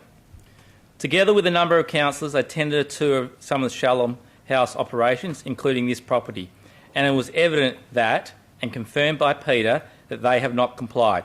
A patio is already built, transportable on site, and more than 6 non-related people living in the house. In fact, I counted 19 made-up beds, although we revised 2 lower figures of 14 and 16. In addition, the garage has been used as a lounge room, and 2 beds were in this location as well. We were also advised that the need to rush was a previous house that housed 36 women that did not have planning approval. The owners wanted to move back in. So doing the maths, there is another property or properties elsewhere where about 20 women are currently housed. I request staff look into this and suggest perhaps the suburb of Aveley may be a focus. There's ongoing patterns of blatant breach of following the rules that apply to everyone. However, councillors, we are required to make a quasi-judicial decision, and as such, we can only take into account details and information relevant to this application in front of us. Whether we think Shalom does a great job or the bullies that others describe them, what has happened previously or what may occur in the future, including at this site, planning advice from staff will correctly advise us that this is not relevant. Thank you. What is your point of order? Mr Presiding Member, on several occasions Councillor Bowman has mentioned bullying, and what evidence has he got for this, and what's it got to do with the planning application? I just don't see that it's an appropriate thing to be bringing up. We have to stick to facts in our speeches, and that's a relevant point of order, factual information. Well, Councillor, I'm going to reject your point of order, but I will qualify it by having been on site. You don't need to tap a piece of paper at me, Councillor. Thank you. You don't need to do that. And also listening to some of the residents that have evidence of bullying, I'm more than happy to accept it. And sadly, you weren't at those meetings, Councillor, so you weren't there to listen to firsthand. Continue, please, Councillor. Thank you, Mr Deputy Mayor. So the application in front of us, staff advised the application is for community purpose due to a previous determination. Whether that was for just the previous site or ongoing is a question that some have asked. A community use is not permitted use on this piece of land, but it is an A use and as such has been advertised for comment. This piece of land is zoned landscape with the objectives being A, provide for low density rural development, residential development. B, ensure as far as practical that the environmental and landscape character of the areas are not compromised by development. And C, encourage the rehabilitation of degraded areas through selected replanting of indigenous flora. Now, according to staff, it does meet the objectives of A. Perhaps some others may question this, but without any other information provided, I will accept the reasoning provided, although I'm not convinced fully myself. The objectives of C is easy to meet by any applicant by simply undertaking mass plantings. So the question comes down, does it meet the objectives of B? Which put simply, will the proposal have an adverse visual impact on the location? Will this create an amenity issue? The applicant has determined that the best location, and no doubt from a financial and quick turnaround point of view, is to locate everything next to the use of the existing house. And from a business point of view, this makes sense. However, because of this decision, it is my view that the objectives of B is not being met. The visual impact is extremely high in this location, especially when one considers the property is 100 acres. For staff to state that the location of the existing house and shed will screen the transportable may be true, but only if I'm standing exactly in a certain spot and not looking or moving around. The most northern neighbour in particular, I strongly believe, is adversely impacted from an amenity point of view due to the location of the current house, which is a questionable location in itself. The house should remain just that, a house, and the location of the rehab centre, more in the middle of the property, needs to be considered. With the current location as per the applications comes many other issues, including the removal of access from the private road, the current non-compliance with the existing use of the house, etc. The need for the approved on-site effluent disposal system. Councillors, as we are all aware, the applicant has already undertaken some works and some construction, and this must not have any bearing on the decision we make.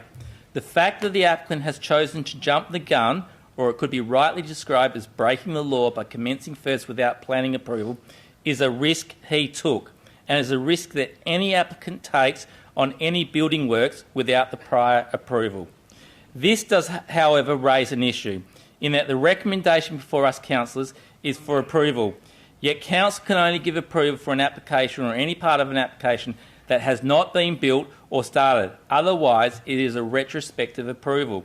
Therefore, councillors, it is my understanding that we cannot, whether we want to or not, approve this application in the current format before us. Councillors, I am therefore moving this deferral motion to allow the applicant to reconsider the location of the transportable to more in the centre of the property. This will also provide more time for the applicant to address the issue with not being able to use the private road and needing to use the crossover on Great Northern Highway. For the applicant to provide more details or get relevant approvals to the on-site effluent system. For the applicant to consider the impacts of needing buildings to comply with appropriate building requirements. For the applicant to consider how and where he will provide the necessary commercial kitchen required, etc. For the applicant to reconsider the intended use of the existing house. And perhaps even for the applicant, I've got probably 30 seconds to go with your adult. And perhaps even for the applicant and the neighbours to get together, whether this is organised through the city or another means, to further discuss the application. It will also provide staff the opportunity to reconsider what is being placed before council, given that part of it in its current form requires retrospective approval. It will also allow staff to reconsider placing a 3-year approval on the temporary structures as the applicant advises in his application. He was happy to have as a condition. I would also suggest as a separate matter we will need to further investigate and act on the illegal activities that I and other councillors observe to this property. Councillors, my summing up. I request another minute, please.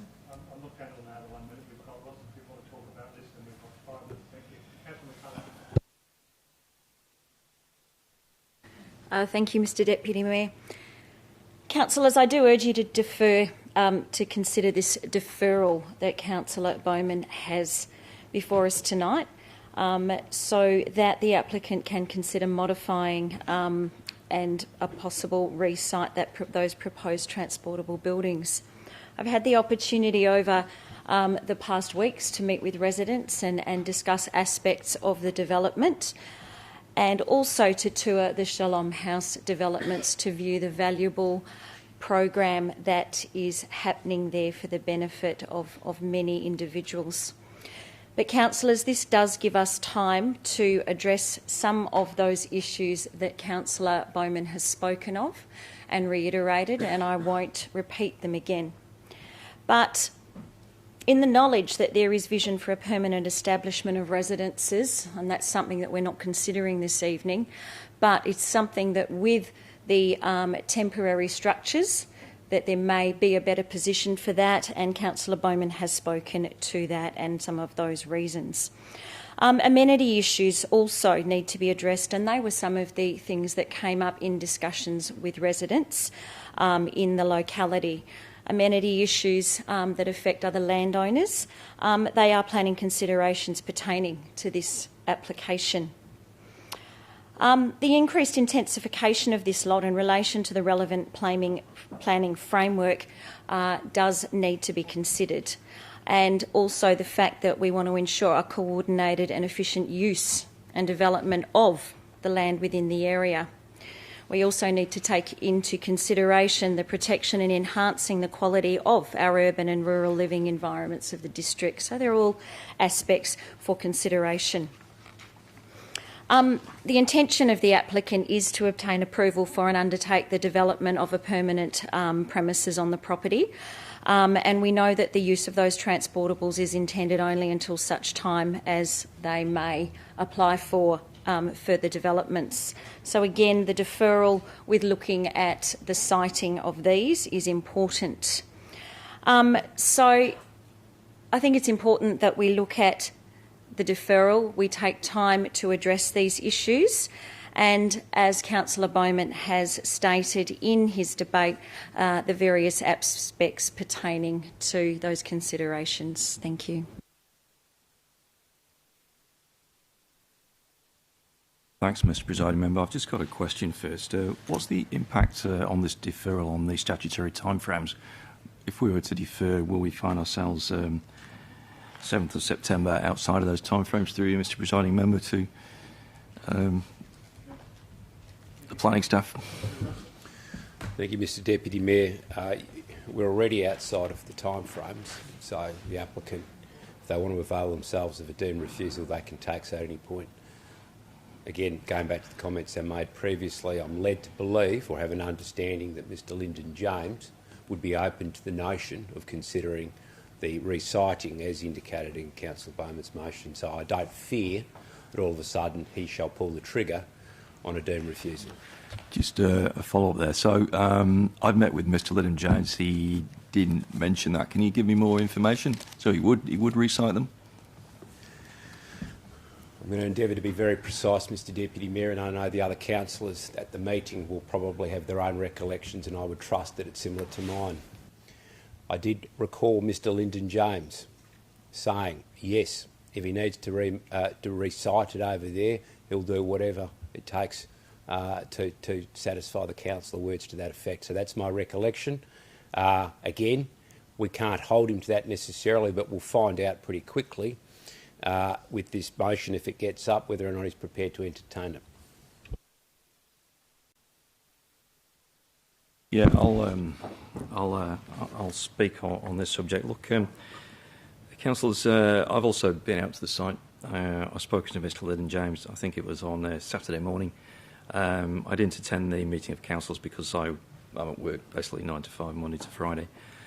I, at the time, was of the view that the location of the demountables was entirely reasonable. And the reason, I'll go through the reasons why I think they're reasonable and don't actually need to be moved. Look, the demountables, the concept is to house, as I understand it, 36 women and children in the residence. And in my view, and I assume Mr. Lyndon James' view as well, that they need to be located close to the house. So for safety and community fellowship reasons, I think the Shalom residents all need to be relatively close together. I was also under the impression that the centre of the block was going to be used for future development that Mr. Lyndon James is already planning. So putting the demountables at the centre of the block, and this is a rather large block, does not support Mr. Lyndon James' long-term plan for the block. Councillors, I'm also minded that this application has our officer's recommended approval. So this is a recommended approval.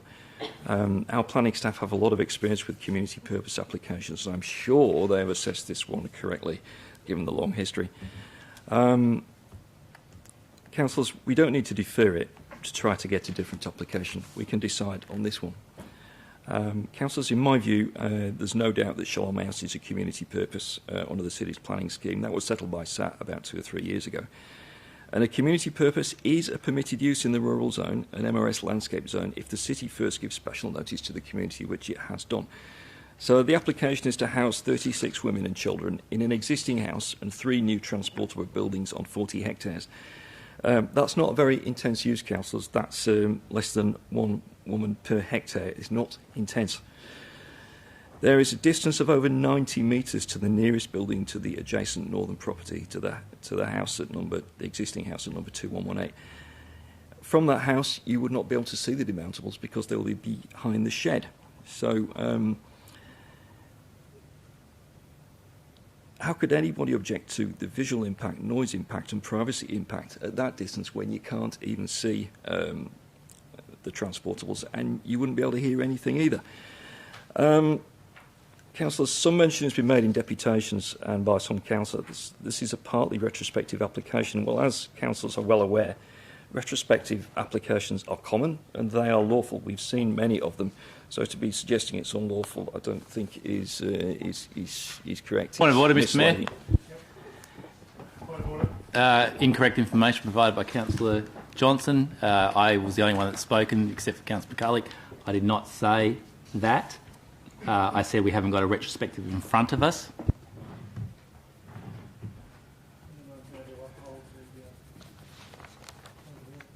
All right. Look, I'll take that back, but I think we'll be examining the video. Point of order, Mr. Mayor. So you can play this game. Mr. Mayor, those comments I asked to be retracted. He's implying that he's threatening by listening to the recording.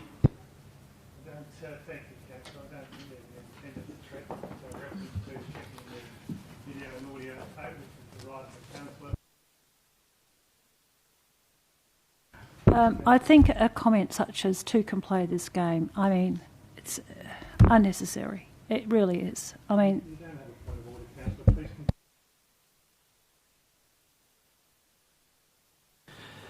Yeah, thank you. Look, councillors, some mention has been made that it's retrospective. We know it's lawful. Some people know that they need to make a development application, but don't. Others know that they do, and well, that they should do. Look, in this case, councillors, the retrospective nature of this application is a result of necessity. Councillors would have heard from Peter Liddon-James that Shalom will not turn people in need away, and in my opinion, this is the reason for the retrospective application. Thank you, Mr. Mayor. I've got about half a page. Simple necessity. The women in need turned up before the development application could be made, and a retrospective application is treated at law like any other. It's completely lawful. Some deputations mentioned incidents involving Shalom House, and Councillor Bowman mentioned the word bullying on 2 occasions. But when I asked at the agenda forum, people could not provide any information about actual incidents that have led to charges being brought. I have spoken to Point of people. order, relevance. We're dealing with a planning issue. I agree it's not relevant, but you raised it, Councillor, I'm going to not allow the point of order. Continue, please. Thank you, Mr. Presiding Member. I do appreciate that. Councillors, I have spoken to one family and listened long and hard to what they have to say. So I've listened to both sides of the equation. But as Councillor Bowman points out, it's not relevant to making a planning decision. It's a matter for the relevant authority, and that's not our planners. Some of these complaints about non-planning matters were at a totally different location, so it's not a reason to reject this application. Look, Shalom House has made a decision to move out of the Swan Valley, and this property in Bullsbrook, and the development application is the outcome. Wherever Shalom House decides to go, you can be sure that the neighbours will object, or they'll want a change made to the application, but they've got to go somewhere. A use like this is very important. It's a community purpose. It's valuable to us. Has to go somewhere. And in this case, Mr. Liddon-James has chosen to move right out of the Swan Valley onto a 40-hectare site where he can be as far away from his neighbours as possible. And that, in the long term, is what he's intending. As everybody knows, councillors all know, he's intending to submit a future application for a development that will be in the centre of the site. You can wrap up. Thanks, Councillor. Yes.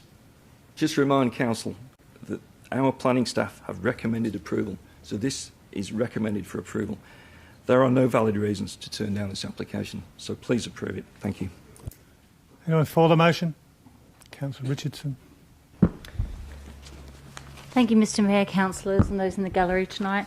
So on Tuesday, the 5th of July, 6 councillors, Councillor Congleton, myself, Councillor Bowman, Councillor Jones, Councillor Knight and Councillor McCulloch and Mr Phil Russell attended the Shalom House tour in the morning.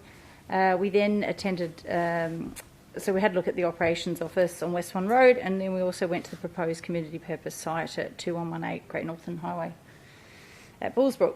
So after that tour, I also met with the residents to discuss their concerns and delay, and a lot of them are here tonight. And we talked about the amenity, we talked about the location and some of their concerns. I also spoke to the applicant post last Wednesday's meeting, and he was more than agreeable to moving those transportables to wherever they needed to be, give or take, I'm sure with some feedback from the neighbours, to wherever it is deemed possible and within reason with the neighbours to make it happen. So there is no question about the fact that he was more than agreeable to doing what would be best for everyone to try to make that and accommodate that. From my own perspective, from the roadside, putting transportables within the view of sight would not be my ideal location for them. I would prefer, they would be better centralised where the neighbours aren't looking at a transportable, because obviously that's not why you buy a rural property then, to be looking at transportables. And just to state that,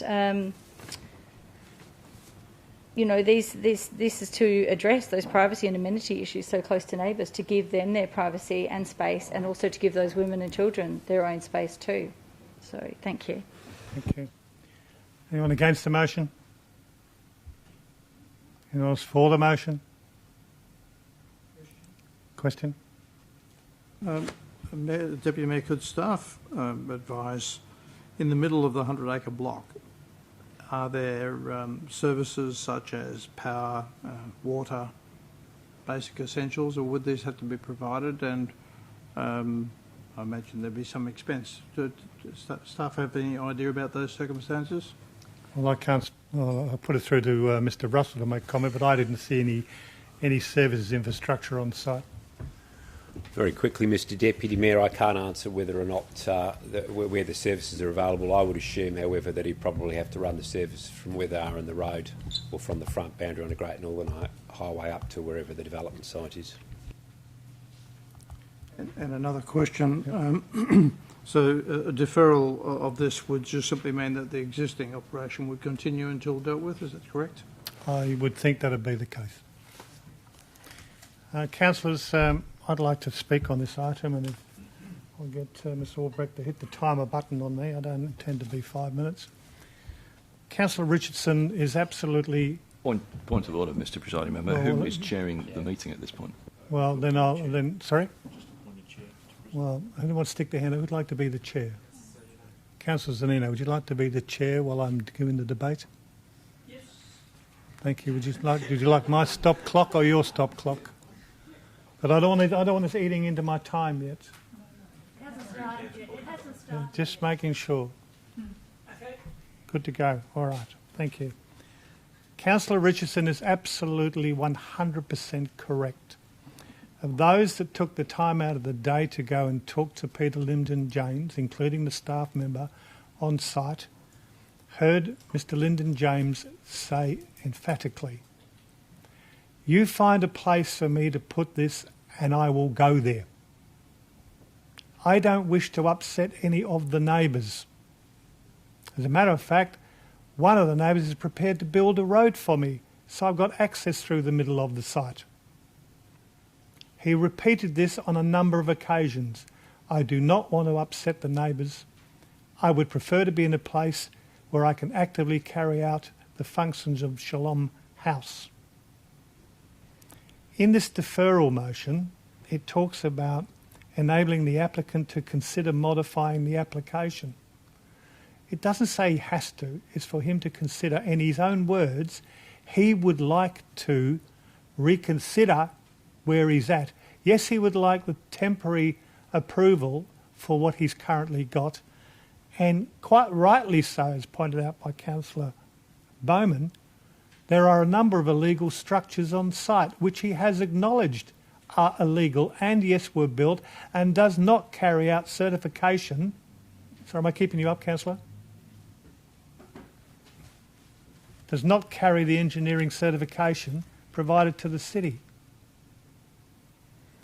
So I think this is a great opportunity for Mr Lyndon James to engage in that process.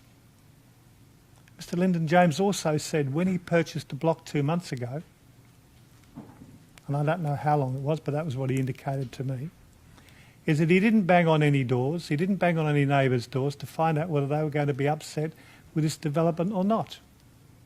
And he was quite open about that. And he was very open. Sorry, thank you. He was quite open, in fact, that he spoke about the need of the community that he represents to make sure that they are home, housed and safe fed. And I think that's a very admirable task. But what this motion will do is allow Mr Peter Lyndon James to engage in that space. This is not refusing the application. This is simply deferring it. Thank you. Thank you, Mr Deputy. I'll hand the chair back. Thank you. So there's no one else for or against. The right of reply. Thank you. Thank you, Mr Deputy Mayor. Mr Deputy Mayor, I'm just going to go through a few of the points. Where the services are and where they're not, it's not a planning consideration. Result of necessity, no reason to break the law, not a planning consideration. Got to go somewhere, not a planning consideration. The officers recommended it. It's quite ironic. They recommended approval for not approval for a carport, and we went against that one. So we can go against that. Future development site, I heard, not a planning consideration. Close to the house, not a planning consideration. So I'm left with 1, 2. Not intensive use. It's a 5-bedroom house.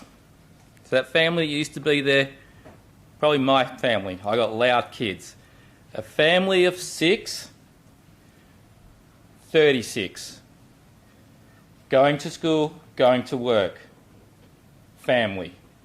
36 people, plus business activities.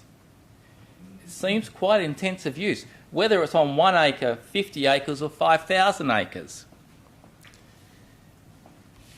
Demountables, entirely reasonable. I didn't see too many demountables in Bullsbrook in the rural area when I was driving around. Not 3.5 demountables. Not that close to a road, not that close to a property.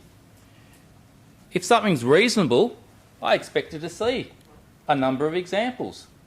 Unless I was driving with my eyes closed, I failed to see many examples, if any, of any property with 3 demountables plus a house. Councillors, Councillor Congdon mentioned it. I don't need to. The tour, the visit, call it what you want, on Tuesday, the applicant said he is quite happy to consider this. This gives a chance for him to consider it, to take in the issues of the neighbours and to get a better outcome. Thank you. Okay, I'll put the motion to the vote. All those in favour? Councillor Howlett, Councillor Pradovnik, Councillor Bowman, Councillor Jones, Councillor McCulloch, Councillor Richardson, Councillor Henderson, Councillor Zanino, Councillor Knight and Councillor Parry and myself. Those opposed, Councillor Catalano, Councillor Johnson. Declare it carried. Mr. So President. those all in the gallery, I'm going to move. We have a 10-minute recess now, if you wouldn't mind. I'm sorry, we'll just anything will hold up, but I think you have the answer just now. So thank you for coming. If you wish to go home to the cold outside, please be safe, particularly driving back up to Bullsbrook. Mr. Presiding Member, I wish to move a motion to change the order of the meeting, if that's okay. When we come back from the break, I'll raise it then. That's fine. Thank you. Thank you. So welcome everyone back in the tram. The live stream is back on again. Thank you. Councillor Parry. Mr. Deputy Mayor, I wish to move a motion to change the order of business to 5.1, 7.1, then 7.1, then 6.4, then 6.5 to ensure that we get through all the items tonight. Thank you. And a seconder. Councillor Bowman. Anyone against? Declare it carried. We'll move to 5.1. Thank you. 5.1. Councillor Zanino. Thank you, Mr. Deputy Mayor. Councillors, I rise to move that the Council resolve to 1. Write to the Department of Planning, Lands and Heritage to advise that the City of Swan will accept management of 911 Lot 1005 Campersick Road, Brigadoon, subject to either of the following 2 conditions. 1. The sales office is restored to the satisfaction of the City prior to handover, or 2. the state government enters into an agreement with the city to provide sufficient funding for the sales office to be restored to the satisfaction of the city. 2. Advise the Department of Planning, Lands and Heritage that in the event that neither of the above two conditions are able to be satisfied, the city requests that the Department of Planning, Lands and Heritage investigate leasing the facility to a private operator for the purpose of a cafe. And 3, record the reason for changing the officer's recommendation is that the sales office has not yet been restored to the satisfaction of the City of Swan, as resolved by the Council in 2008 as part of the approval of the outline development plan modification. Thank you. Seconder, Councillor Henderson. Is there anyone against? Question? What will be the ongoing costs for the responsibility of upkeep of this building if it becomes our asset? Mr Coden? If it becomes the city's asset, the city would be responsible for any ongoing costs. So my question was, what would be the ongoing cost, average estimate? I wouldn't be willing to have a guess. It would depend on a range of factors. We don't have that information. And my second question, have we done a survey to see that there is actually community use and need, considering Basketball Hall is close by and is rarely used?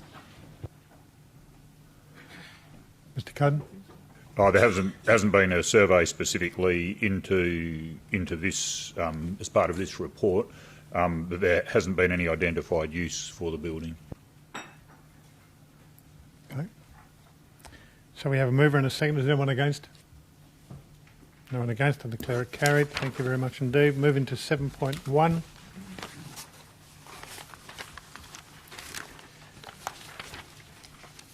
Apparently we have a councillor who was indicated they wish to speak to the item. Is that correct? No, it's not the budget. 7.1, Consolidated Amendment, Local Laws. You want to speak to the item? I move you have a question? Move it. Councillor Parry. Seconder. Councillor McCulloch.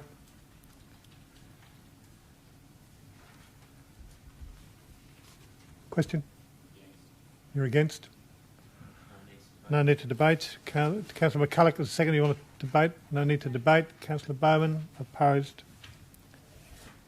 Councillors, we're only contemplating this change to this local law because of the Henley Brook local structure plan. The only person that benefits from this is Mirvac, yet the ratepayers are required to pay. Now, this may not be a huge cost this time, but it is a cost all the same. Staff time to write this report, staff time to place the adverts, the cost of the adverts, staff time to send it to the Legislative Review Committee and so on. My estimates would be this is $5,000. Developers need to pay the true cost of each and every development. They are the ones making the money, yet time and time again the ratepayers are required to pay. I can give numerous examples and I expect each councillor knows examples themselves. But when I drive past daily ripped up roads and footpaths due to developers that remain that way for months and not properly fixed or done the cheapest way, knowing the City of Swan will fix it, this is not good enough. The free ride is over, it's time developers pay. I cannot support this item in principle without the full cost of it being charged to the developer. Now, I understand there's no fee or charge in the adopted fees and charges, but this does not, nor should it be a reason not to recoup the cost. I urge councillors to put our ratepayers above the developers and ensure that the full cost of the change being requested to this local law is paid for in full by those who benefit from it, in this case Mirvac. Thank you. For the motion? Against the motion? Sorry? Councillor Henderson. Thank you, Mayor. I just want to make a point about this, and Councillor Bowman has very perfectly highlighted the fundamental cost of the ratepayer. But I want to make a point about horse exercise areas and horse trails. Now, clearly this area is being urbanised, I get all that. However, adjacent to the area and close to the area, there's a lot of equestrian activity occurs, and certainly along the pipeline area in particular, areas that have been traditional equestrian trails. I have a map at home showing a whole stack of trails around this area, which have been progressively removed. So I think if we can progress along the lines of Councillor Bowman's heading, I'd be more than happy. But the reality is that I'm quite disappointed that we're losing so many of our horse trails to development. Any movers for or against? All right, then I'll Mr. Councillor Parry. I don't disagree with Councillor Bowman's comments. I'm sure we can look at that next year if we can through the budget process, but this is just to advertise in Council's intention for a period of not less than 6 weeks in accordance with Section 3.2. Thank you. Thank you. Councillor McCulloch is a seconder. Oh, I can't. Sorry, you're right to reply. I'm sorry, Councillor, you're correct. All right, I'll put it to the vote. All those in favour of Councillor Bowman? Sorry. Mate, I'm sorry. Lack of caffeine. Officer's recommendation. Councillor Parry, Councillor McCulloch, Councillor Predovnik, Councillor Johnson, Councillor Howlett. Is that what I've got? That's what I've got. Want me to do the count again? It's lost.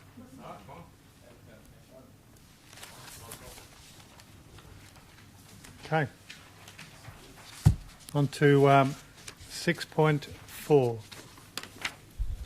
Oh, sorry, I need to write out. Do I need to read that one anymore? Okay, thank you. All right. I move it, Mr. Mayor. 6.4. You moving? Councillor Parry. Seconded. Councillor Predovnik. Is there anyone against? Councillor Bowman, do you wish to debate it? Do you wish to debate it? I'll wait my right of reply, Mr. Mayor. Wait the right of reply. Councillor Predovnik, do you second that? No? Fine. Councillor Bowman. Mr. Deputy Mayor, first can I ask the mover and second if they'd be happy to add a small addition to their motion, that being we acknowledge and respond back to the 17 submitters. Sorry, through you, Mr. Deputy Mayor. Do we do that anyway? Doesn't put it in the recommendation, and we normally do. So. Happy to include it, Mr. Mayor. We undertake it. Okay, so we're happy to include it? Yep. Right.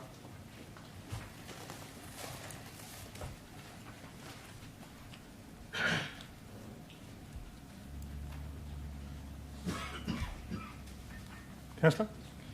Am I right to go? Councillors, I from the start clearly stated I would support a 0% rate increase, but only subject to reducing the operating expenditure by approximately $10 million, the approximate amount needed to get the city's financial position back to pre-COVID. Together with myself, only Councillor Catalano, Knight, Predovnik, supporting doing more work to further identify savings. Over the last 3 months, I've put forward amendments to motions that, if all were supported, would have realised an estimated $2.377 million in saving. In the same time, all councillors to different levels committed the city to additional funds. Sorry. Are you dealing with the differential rating? Yep. I believe that's what we're dealing with. Thank yes. you. I just wanted to be sure. In the same time, all councillors to different levels committed the city's additional fund, the lowest end being Councillor Catalano with $376,000 and Councillor Howard with $460,000, and then at the other end of the spectrum, yourself, Mr. Deputy Mayor, with $2.502, and tied for first place is Councillor Salino McCulloch at $2.602 million. Staff often in the reports, when asked where the money would come from, state from identified savings made throughout the year. This is a financial year that hadn't even begun back then. Council, as a result of a 0% rate increase, will see our assets deteriorate even more complaints from residents about our facilities, and all this will do is put significant pressure on needing a very large increase next year, as my experience thus far tells me that some councillors perhaps are unwilling to make the hard decisions to find significant operating savings. Councillors, the Minister for Local Government appears to be having a crack at every local government at the moment. I find this ironic when the council that he was previously mayor has advertised a 7.6% rate increase for this year. But that's what happens when you continue to not allow rates to at least keep pace with inflation and the local government cost index. Councillor for the motion? Councillor against the motion? For or against? Right reply. Councillor No Parry. need, Mr Deputy Mayor. Put it to a vote. Put it to the vote. Okay. All those in favour? So we have Councillor Howlett, Councillor Johnson, Councillor Prodovnik, Councillor Jones. I can't see you back in that chair. Thank you. Councillor Jones, Councillor McCulloch, Councillor Richardson, Councillor Henderson, Councillor Zanino, Councillor Knight, Councillor Parry and myself. Those against Councillor Catalano and Councillor Bowman. Yep. Thank you. Okay. 6.5, adoption of the annual budget. Councillors, we received a proposed motion by Councillor Prodovnik with some amendments. We also received one from Councillor Bowman. One was received early this afternoon, and the other one was received very late this afternoon. It could be the position of the presiding officer to throw them out, but I'm not going to throw them out. I'm going to allow them to continue. But I will remind every councillor in this room, this will be the last time, if I'm sitting in the chair, that we will accept items halfway through a day on a budget night deliberation. Seriously, guys, and girls, it really does cause problems when we start to run around things on the fly. People can't evaluate the correspondence. Some of us don't have a laptop hanging off our shoulder to be able to read these things.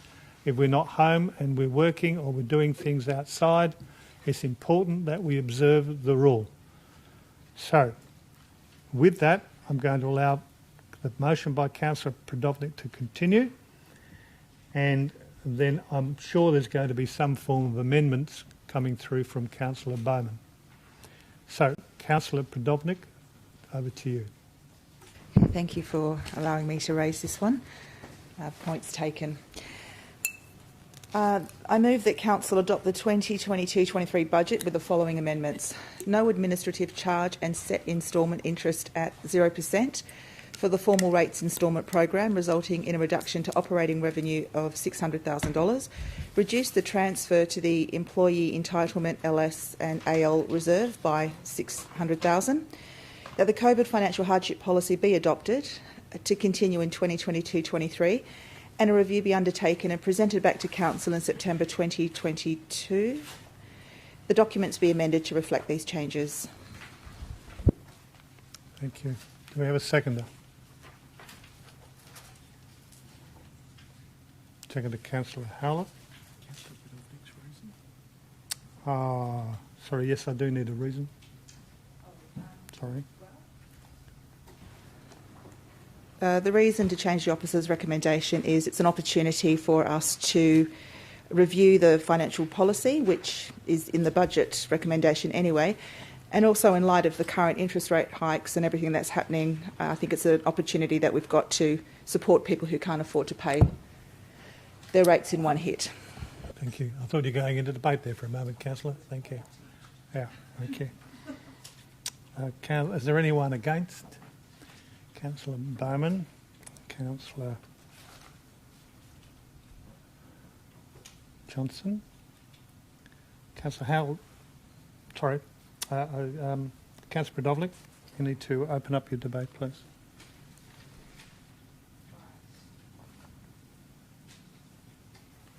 Okay, as a council, we've decided that people will still be charged a 5% penalty rate if they're overdue with their rates, and I'm supporting that. This amendment proposes that people can repay their rates via our 4 instalment options without a 5% interest charge every time they pay. That's the change that I'm proposing here tonight.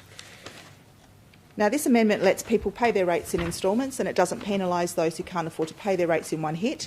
Staff have confirmed this can be managed, so our budget remains balanced. We can make life a little easier for our ratepayers and those who are unable to pay their rates in full straight away. This amendment also gives an opportunity to review our COVID financial hardship policy, and in my view we can do a bit more to help here. Currently our policy is so restrictive, those in real hardship don't qualify. If you've been in a rates debt for more than 12 months, you can't apply.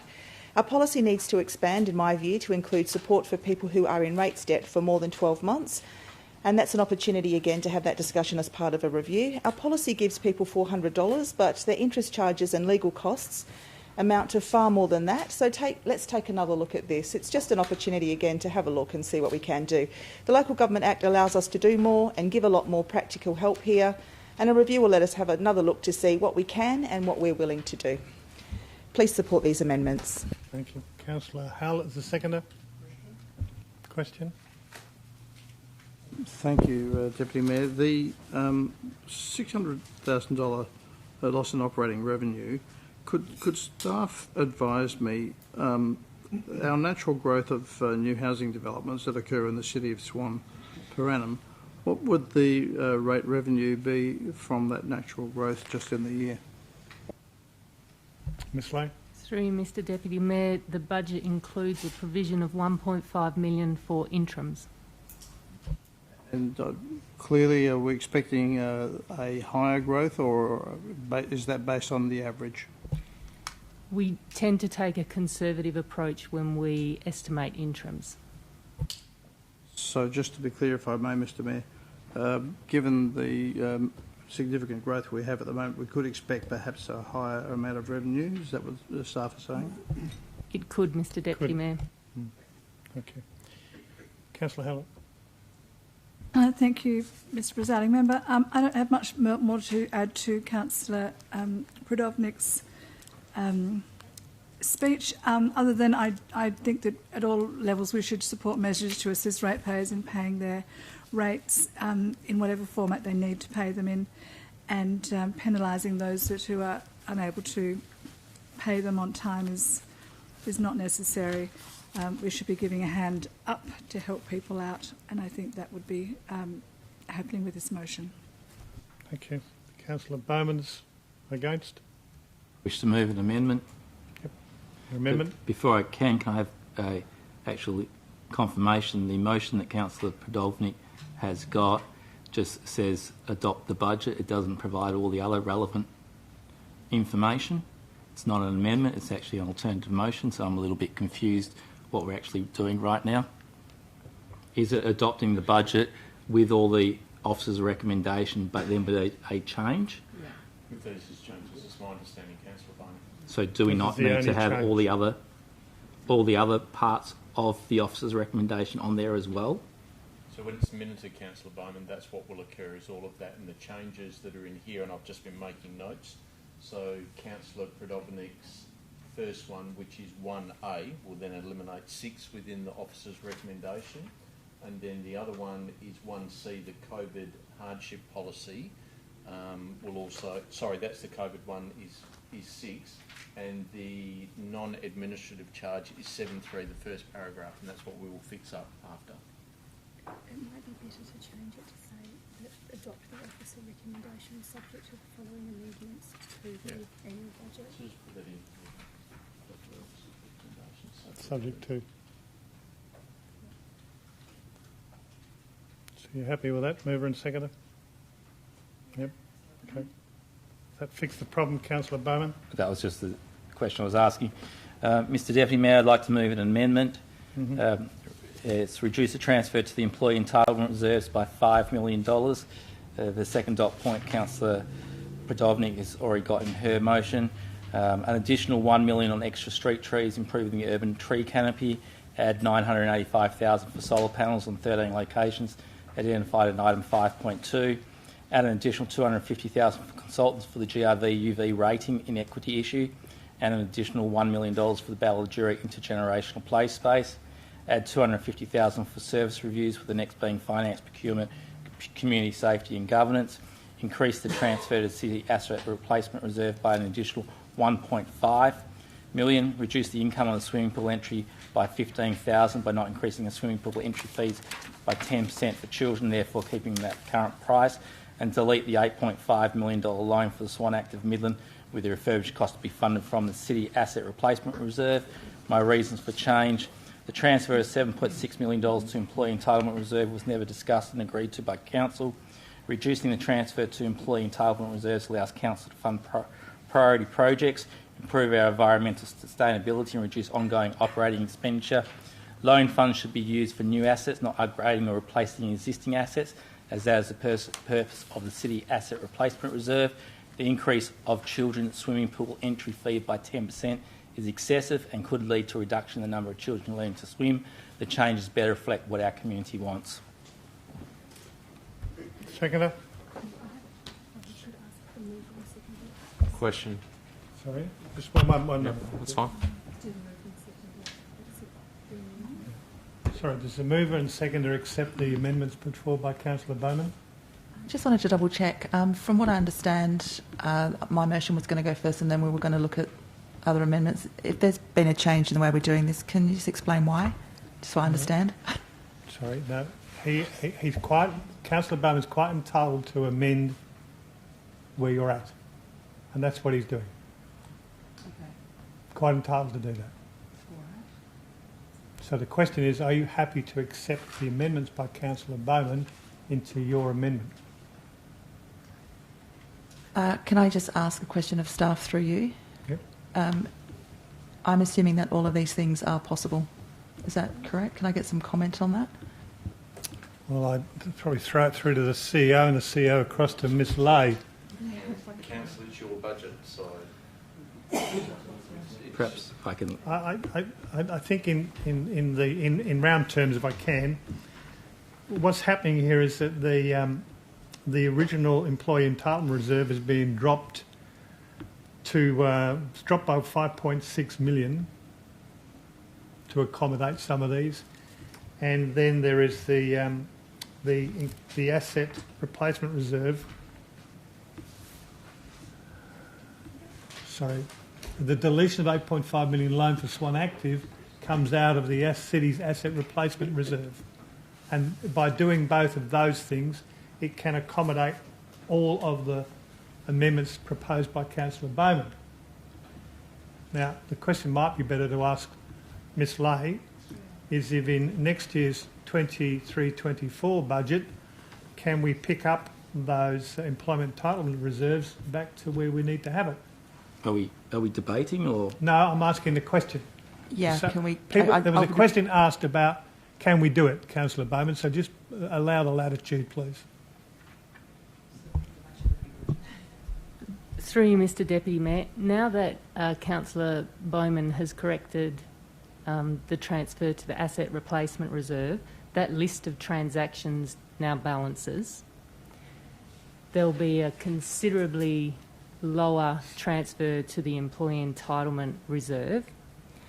Council's option to build that up next year or in future years is still available, but it will need to be factored into part of your budgeting in coming years. So does that assist your question? Enormously, I'm happy to accept it. Yes, Councillor. My question is, I thought our, if you just want to go back up what you call it's the Asset Replacement Reserve. I thought that was seriously underfunded. I thought we were actually had some questions raised by the Auditor General about not having significant money in the replacement reserve. And I believe we had a fair bit of discussion about that. Ms Lay. Ms Lay. Through you, Mr Deputy Mayor, the asset sustainability ratio was mentioned previously in audits. That's not to say that the Asset Replacement Reserve doesn't have sufficient funds, is to say the amount that is being spent on renewal and replacement was below the benchmark that had been set in the ratios. Okay, so sorry, before you accepted the amendments, and Councillor Howlett, you accepted the amendments? To be honest, there are quite a lot of changes and they're very, very late in the piece, and I don't know. I mean, I'm only seconding the motion I support Councillor Prodovnik's changes, but I think these are just too big and too soon or too late in the piece for me to accept them, so I don't think I can. No. All right, so you don't accept that, so we're back to Councillor Parry. No, I'm not seconding. I'm asking. Asking a question. Yeah, I know you're second, but you... Yes. Quick question, Ms Leahy, if you don't mind, Mr Deputy Mayor. Can Ms Leahy explain why the employee entitlement reserve increased by a large amount this year, please? Through you, Mr Deputy Mayor, it actually was raised by one of the councillors at the financial management introductory training last November when following the council elections, questioning why doesn't the city cash back the annual leave liability. So we did some follow-up and benchmarking work, and it actually is best practice to cash back that liability, and that's why we've presented that option in the budget. Second question, Mr Deputy Mayor, if you don't mind. Do we have the right in future months to look at all these items individually and look at budget adjustments to change them afterwards as well, Ms Leahy? Through you, Mr Deputy Mayor, it is council's budget. There's a requirement under the regs that you only need to adjust your budget once at a mid-year budget review, but you are able to perform additional reviews of the budget if council so wishes.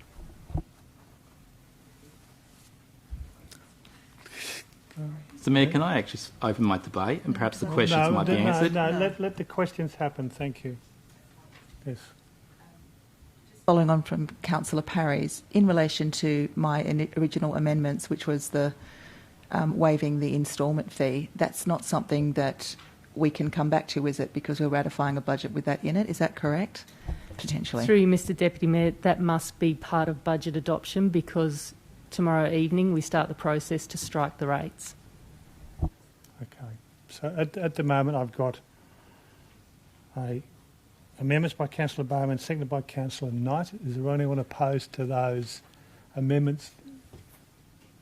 Are you saying yes, or you've got a question? I'm opposed and I've got questions. Opposed. All right. Then we'll go to... Well, do you want to do your question now? Yeah, I would. Councillors, Mr Presiding Member, through you to Ms Leigh, some 2-3 years ago, I worked with you to put together an alternative budget, and I was told that I needed to start early. I think we started in February. I cannot understand how this can be done, because I've been told previously that the budget has to be finalised and settled well before the council meeting. So how can this be possible when we've been previously told it's not possible? Through you, Mr Deputy Mayor, in previous years we had advertised the rates and built a draft budget, and I believe Councillor Johnson's requests were to look at reducing the advertised rates, and the only way to do that is to identify which projects would be coming out of the budget, and that's why we asked to work with you earlier in the piece so that we could prepare all of the documentation for a smooth budget adoption. All right, so we're going to... Second question. To the CEO, given this is quite radical, surely we should be having a report to council about it from the CEO. There's no advice here, we've just got reason for change. Regards, Aaron, and there's no actual report. I think it's a requirement of the Local Government Act before passing something like this. We need to have a report from the CEO. Sorry, you say you've got a piece of paper that says disregard Aaron, so there's not a reason for changes? Just here, it was on my desk. It's an email from Councillor Bowman listing the information. So my question is, you're talking about the earlier email, not the current one. I've got a 450. This was sent at 4:59 from yourself, Mr. Mayor. I've not seen this until I got into the council chamber. I'm dumbfounded by it. So my question is, where is the report from the CEO explaining the impact of this? It's quite an extraordinary thing. The Local Government Act says we cannot proceed without a report from the CEO. Through you, Mr Deputy Mayor, I think you answered that when you started and introduced this item by allowing Councillor Prodovnik and Councillor Bowman to put their amendments before council this evening. And my recollection is that you also reminded council that you may not allow that in the future going forward. So you've allowed that. Yep. It's not quite the question. The question is, where's the report from the CEO? So before we make a decision like this, we must be advised by the CEO. So I think we need to have an on-the-fly report right now as to the impact of this. We can't proceed with such radical changes without a report. Are we debating or are we asking questions? No, we're asking, No, we're asking I'm questions just about the local Please, government this is act. We should it's know a very about, Councillor. important night, and I don't want to get it into this an argumentative stage. So you're asking the CEO, how do we get an amendment? No. I'm asking Yes, I'm for talking about a report from the CEO, on the amendment. Yes. Which I don't have. I've got radical changes here to the budget, and I think Council should have a report from the CEO. So it tells me that we cannot proceed right now. And I'll just respond to that through you, Mr Deputy Mayor. And I think, with the lateness of the hour of the amendments coming through, we haven't had an opportunity to provide an officer comment to inform Council tonight. And that is why there is probably a number of questions coming from the floor from councillors to Ms Lay in relation to some of the clarification. So under the circumstances, Councillor Johnston, that's the best we can do for you this evening by receiving these amendments at the time that we did today. But it's so we would not be conforming with the Local Government Act. Given that this budget has been going on since February, councillors could have produced this much earlier, and there could have been a report. This is far too late. In my view, Mr Mayor, presiding member, you should rule it out of order for the simple reason these, whatever they are, alternate motions, amendments have been submitted far too late, and therefore they are not valid. And secondly, the Local Government Act requires a report from council to council, and I don't see any report. I don't think we can continue. I think this should be deferred until tomorrow when we can get a report. Cannot continue with this. So I think the proper thing is to rule. Council, we vote have out. the option to vote it down. Ms Albrecht, please. Ms Albrecht, have you got a comment in relation to this, please? Through you, Mr Deputy Mayor. Under the Meeting Procedures Local Law, councillors are required to give 2 days' notice of alternate and amended motions where possible, which allows you as the presiding member discretion to allow alternates or amendments on the night as you see fit. If councillors disagree with your ruling, then they can dissent from that ruling, and that is an option open to them. With regards to a report, obviously city officers have provided a report to councillors on the budget and the budget adoption. The councillors that have put forward alternates or amendments have also provided their reasons for the motion. The CEO or city officers can provide an oral report to council on the implications of the amendments and the alternates on the night if the council so wishes. Councillor Bowman. Questions? Can I have what section of the Local Government Act doesn't comply with, please? I'm sure we can get that, can't we? Because you're well aware, Councillor. Point of order, Mr Mayor. I'm asking a question. I don't want to get an answer from Councillor Johnston. Councillors, if I can get people to be respectful, your question is quite valid. Councillor Bowman, Councillor Johnston, please don't assume the chair. Thank you. Question. Through you, Mr Deputy Mayor, I don't have the Local Government Act in front of me, but the Act requires councillors to make decisions in good faith, which is generally accepted that means that they will have relevant information in front of them before they make a decision. The Meeting Procedures Local Law does allow for councillors to be given oral reports on the implications of alternate or amendment motions that are moved at the council meeting. Deputy Mayor, my next question is there any item on that amendment that has not been discussed or provided to councillors in a briefing or anything else in the last 6 months? Mr CEO. So clarification, Mr Deputy Mayor, is Councillor Bowman talking about the list of his amendments? Yes. So, Mr Deputy Mayor, we've spoken about the employee entitlement reserves at a recent briefing on the budget. If the additional $1 million on extra trees, I believe my understanding is that Council has spoken about that previously. 5.2 was in relation to the solar panels, which was an agenda item in the OCM. Recent briefing on the GRV UV rating and equity issue, because that was a CO target. The intergenerational play space has been spoken about at previous briefings with Council. The service reviews, as you know, you're undertaking the preliminary starts for service reviews this last current financial year. Transfer reserves, yes. The fees and charges were at a recent briefing, and also Swan Active Midland. So going through that list over the past 12 months, councillors, you have had briefings or you've spoken in relation to those items either through briefings or council reports. Thank you, Got a question. Sorry, I've got the floor. I thought the question. Thank you. Councillor Bowman, continue.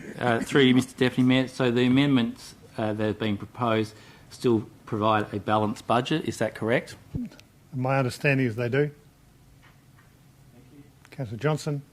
So, question, Mr Mayor, where is the report from the CEO that demonstrates that this is satisfactory? Because my understanding is we've got no such report. We cannot proceed. The Local Government Act requires a report. There's no budget. If we amend this, it means the existing budget that we're adopting is simply wrong. So I think your proper course, Mr Mayor, is to rule both these motions out of order. The Local Government Act is clear and our meeting procedures, local law is clear. This is not an area where you can use your discretion, in my view. Well, I would suggest if we don't do that, we should at least defer it. Then, Councillor, and I'm not going to defer it, Councillor, it's my decision to continue with it, as I mentioned that earlier. So that's where my standing is. I'm sorry.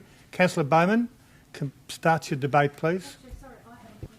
Sorry, your question is? And that was about the trees. I thought we had a motion for street trees that was actually defeated some time ago. So now we're bringing it back again, are we? I mean, that was actually what... Councillor Bowman has included in his amendments add an additional $1 million on extra street trees. Okay, and I'm saying that that is okay for that to run counter... it's contrary to what was decided by Council 2 months ago. In the amendments. Okay, so... Okay. Thank you. Right, Councillor Bowman. Question. What's the impact of deleting the $8.5 million loan for Swan Active Midland? We've not had any report on that. It is coming out of the reserve. It's what it clearly states. What is the impact of doing that? We've been told previously you have to build up reserves. The impact for me, being a layman, would be that the reserve is depleted by $8.5 million. That's right, but we don't have a written report explaining the cumulative impact of this change. We can't proceed. Well, Councillor, I've already said we're proceeding, and you keep saying, no, you're wrong, you can't do it. It's my ruling, we are proceeding. So but you do understand you can't proceed in defiance of the meeting procedures, local law, and the Local Government Act. If you wish to continue with this, then I just have no alternative but to say to you, well, I'm sorry, no more discussion in the debate. Councillor Bowman, please continue. Thank you, and my apologies to all councillors for trying to do the best for our ratepayers. Councillors have been in questioning the way we do budgets and how it's difficult to undertake our roles. I believe we had little input, and if you think otherwise, I believe you're mistaken. Councillors, I expect there are many other items that perhaps need further examination. However, it's somewhat difficult due to how the City of Swan formulates their budget and a lack of information, in my opinion, that Council provided. It must be extremely hard for any of you to realise what you should be getting or not getting, as for most, all you have to go on is advice of what has been provided previously. Councillors, some may question why I haven't put these items forward earlier. Well, I can advise that some of these issues were only discovered by chance or provided to councillors in the middle of a PowerPoint briefing. Let me ask each and every councillor, do you believe that staff should be able to include in the budget a transfer of $7.6 million to reserve for employees' leave without no discussion or no debate? That is $7.6 million that staff decided should not be spent on community infrastructure. $7.6 million that should not be spent on community service, but instead they want us to put in reserve to allow management and executive an easier task of managing any outstanding leave. This is not long service leave, as is already accounted for. Here are the facts. Councillors, on the 15th of June, staff advised without any discussion with Council they had put $7.6 million in the reserve for annual leave. This one item represents 3.8% of the total budget, and yet in our role to oversee the allocation of the City of Swan finances and resources, staff did not see a need to at least discuss this with councillors. Councillors, this is not a legislative requirement. Councillors' employees' costs this year are tracking at $87 million. Not all of this is wages, but let's, for the sake of the exercise, say it is. $7.6 million represents an amount of 8.7%, or put that into weeks, that is 4.5 weeks. So what this means is, on average, each staff member has 4.5 weeks owing. The only reason to put away this amount of money is if every single staff member taking annual leave is going to be replaced by an additional staff member. For any staff member that does have excessive leave, then I must question why has management not addressed this issue, especially when other local governments made staff use their annual leave at the start of COVID. Councillors, this is not right, and the way the staff develop budget must change, and it must change immediately. Councillors, for those who were at the workshop on the 22nd of June regarding GRV and UV, an issue that the City has failed to address to date, Councillor Henderson suggested perhaps we should put some money in the budget for this. The response was along the lines, we have, Councillor, we've put $100,000 in there. Prior to this point, were you aware of this? Now, $100,000 may be not a lot in this budget of $190 million, but it's a lot to me, and if I ask ratepayers, I would expect for most of them it would be as well. As a side note, given we have been told by staff they need consultants and extra staff to address this issue, it would appear that there will be no further addressing this issue this time next year. But then again, this may be the desired outcome. Councillors, most around the table expressed concern with the lack of street plantings. The targets have been an embarrassment, in my opinion, and the lack of street plantings this year and next year and so on can never be recovered. Have staff listened to our concerns, the concerns of the community and issues raised at the electors' meeting? Look at the budget amount allocated, and the answer is no. Councillors, the lack of budget was to blame. This amendment fixes it. Included in the agenda is a great report about solar panels. At the highest cost range, an investment of $985,000 will return an ongoing annual savings of more than $250,000. These figures alone stack up for this investment, without even thinking about the environmental benefits. Councillors, why are staff not looking at reducing operating expenditures? If they are not looking at issues such as this, then I must ask the question, what are they? Councillors, the Baldura multi-general play space, I tried to ensure this was subject to obtaining matching grant funding. The majority of councillors decided this should not be the case, and as such there is a need for this project to have extra funds allocated. We can do this now. Councillors, service reviews are desperately needed and lacking at Swan. Why? Perhaps the managers and executives don't want change. Maybe they don't want council to be made aware of those areas that have significant number of staff. Mr Mayor. That's almost becoming derogatory. It's coming to that point, Mr Mayor. Continue. No, it's no point of order. Continue, Councillor. I understand business tourism was done pre-COVID, yet we haven't implemented the findings. Why not? Service reviews can lead to either a reduction in cost and or improved service. Councillors, we all know residents and ratepayers are doing it tough, but staff still include a 10% increase for entry fees for children in the pool. We should be encouraging kids to the pool, getting off the devices, but more so many learning how to swim. What I find totally inappropriate is that our aquatic centres for at least the last 3 to 4 weeks now, community members are being advised of the increase in prices. The increase in prices that council have not yet approved. Maybe it's me, but I just see this as another example of an administrator-led process. Whoever approved this had no right to do so until council has formally agreed. A tip, other councils will implement any price increase 30 days. Sorry? 1 minute. After the formal adoption of fees and charges. Councillors, addition $1 million to the city, 1.5 to the city asset replacement reserve should be going to all the extra costs that most of the councillors have agreed to over the last 3 months. This is where staff advised, either in reports or verbally, when I asked where the money was coming from, identify savings. Let's be clear on this. Savings in the budget that we have not yet adopted. I could, however, in my amendment unfortunately identify each of these extra costs simply because it was impossible to know what increases staff have already included and why they hadn't. And finally, councillors, we have a reserve for asset replacement. This is for when we are upgrading or even replacing city assets. Yet here we are upgrading and refurbish Swan Active Midland, and staff recommend taking a loan. It is one thing to take out a loan for a brand new asset, but for upgrading and refurbish it, I strongly disagree. Why have the asset replacement reserve otherwise? This will only increase... Councillor. Thank you. I ask for some more time, please. No, Councillor. I said no before, and I'll say no again. Thank you. Councillor Knight, seconder.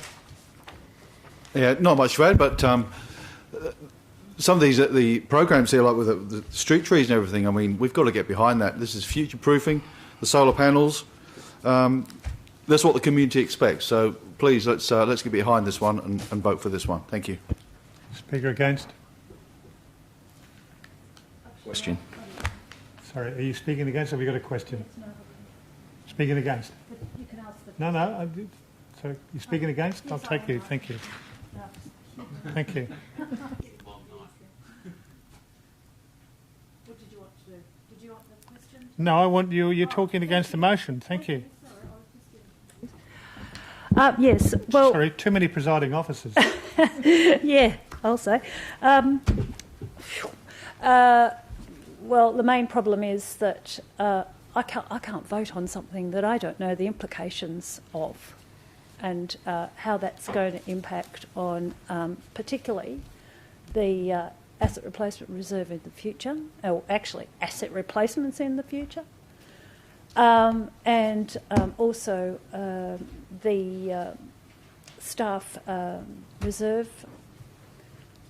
I was under the understanding that there was an understanding that that was actually a good thing to do.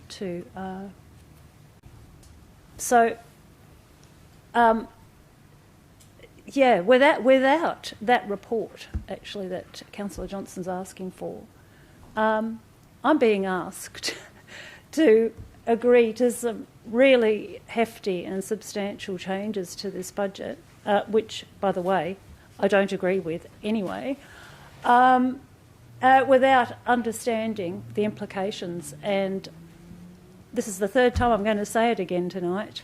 I have been reminded many times in this chamber that you've got to have the information before you can make your decision. Thank you. Thank you. Speaker for the motion. Question. Could we get the Governance Officer to read out 5.41 of the Local Government Act that defines the functions of the CEO? Well, maybe you'd like to read it out, Councillor, because you obviously don't understand it. Sorry, can you just read that yourself, please? 5.41 of the Local Government Act. I'd like the Governance Officer or the CEO to read it out. I'm not reading it out. Someone else can. I'm asking for advice. This is a serious matter. This is our budget. I understand the seriousness of the matter, Councillor. You've reminded me about 10 times already. So, if you've got it in front of you, it's a lot easier for you to read it out. Otherwise, you've got to go and look it up. It's all right. So if I'll pass it to the Governance Officer. I can read it out.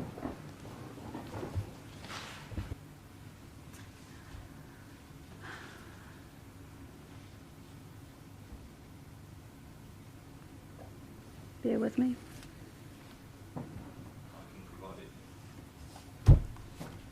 It's the CEO functions and responsibilities, yes? Just the top two. This is section 5.41 of the Act, functions of the CEO. The CEO's functions are to A, advise the Council in relation to the functions of a local government under this Act and other written laws, and B, ensure that advice and information is available to the Council so that informed decisions can be made, and it goes on with other responsibilities of the CEO. The Deputy Mayor, while the Manager of Governance is reading out legislation, perhaps she could read out 2.7 subsection 2A of the Local Government Act. Probably ask the same question. Have you got that in front of you? This is like a tic-tac thing, and it's frustrating when people at home are listening to this and seeing this of why this couldn't have been read out by yourself, Councillor Johnston, or yourself, Councillor Bowman. And I don't need a point of order. So, with all respect, Mr. Deputy Mayor, I've been told before not to read out and provide legislative advice. But 2.72 is one of the most important roles of council to oversee the allocation of the local government finances and resources. Okay. So perhaps I'd like to get back to where I started in the first place. I'm not going to overrule it, Councillor. Question. Which councillor was it that wanted the long service leave to be cash backed? I don't know that we need to have that discussion, Councillor. It's a question. I'm sure Ms Lay knows. And the relevance is? Because it appears there's been a reversal of opinion. So it's quite important. I don't know, and I'm not going to accept that as a question. So what we're now, I think, again, was for the motion. Speaker for the motion. Another speaker against the motion. Okay. Councillors, people watching tonight will be wondering what is going on. Yeah, they will be. They will be. Councillors, our annual budget is the most important decision that we make. And when we are voting on our annual budget, we should be fully informed. We should have in front of us or available to us a fully completed budget where any changes that councillors want have been incorporated into it over the preceding 4 to 5 months. The idea that that changes will be parachuted in 1 hour and 1 minute before the meeting, that councillors don't even notice until quarter to the meeting, is profoundly wrong for 2 reasons. Firstly, it is not in line with our meeting procedures local law. And I think that in the case of something so important, it's very unwise to exercise a discretion to allow something so late. Were it a day late, maybe, or were it a few hours late, but to be just a few minutes before the meeting is really quite an extraordinary decision to make. Sorry, correction, Councillor, it was not a few minutes before 1 the hour. meeting. I got it, 1 hour. Well, I saw it on my desk 15 minutes before. Some of us are working. Thank you. And then we have a list of items that are changing, including additional 1 million for the Ballajura intergenerational play space. Just bring that to your attention, Councillor.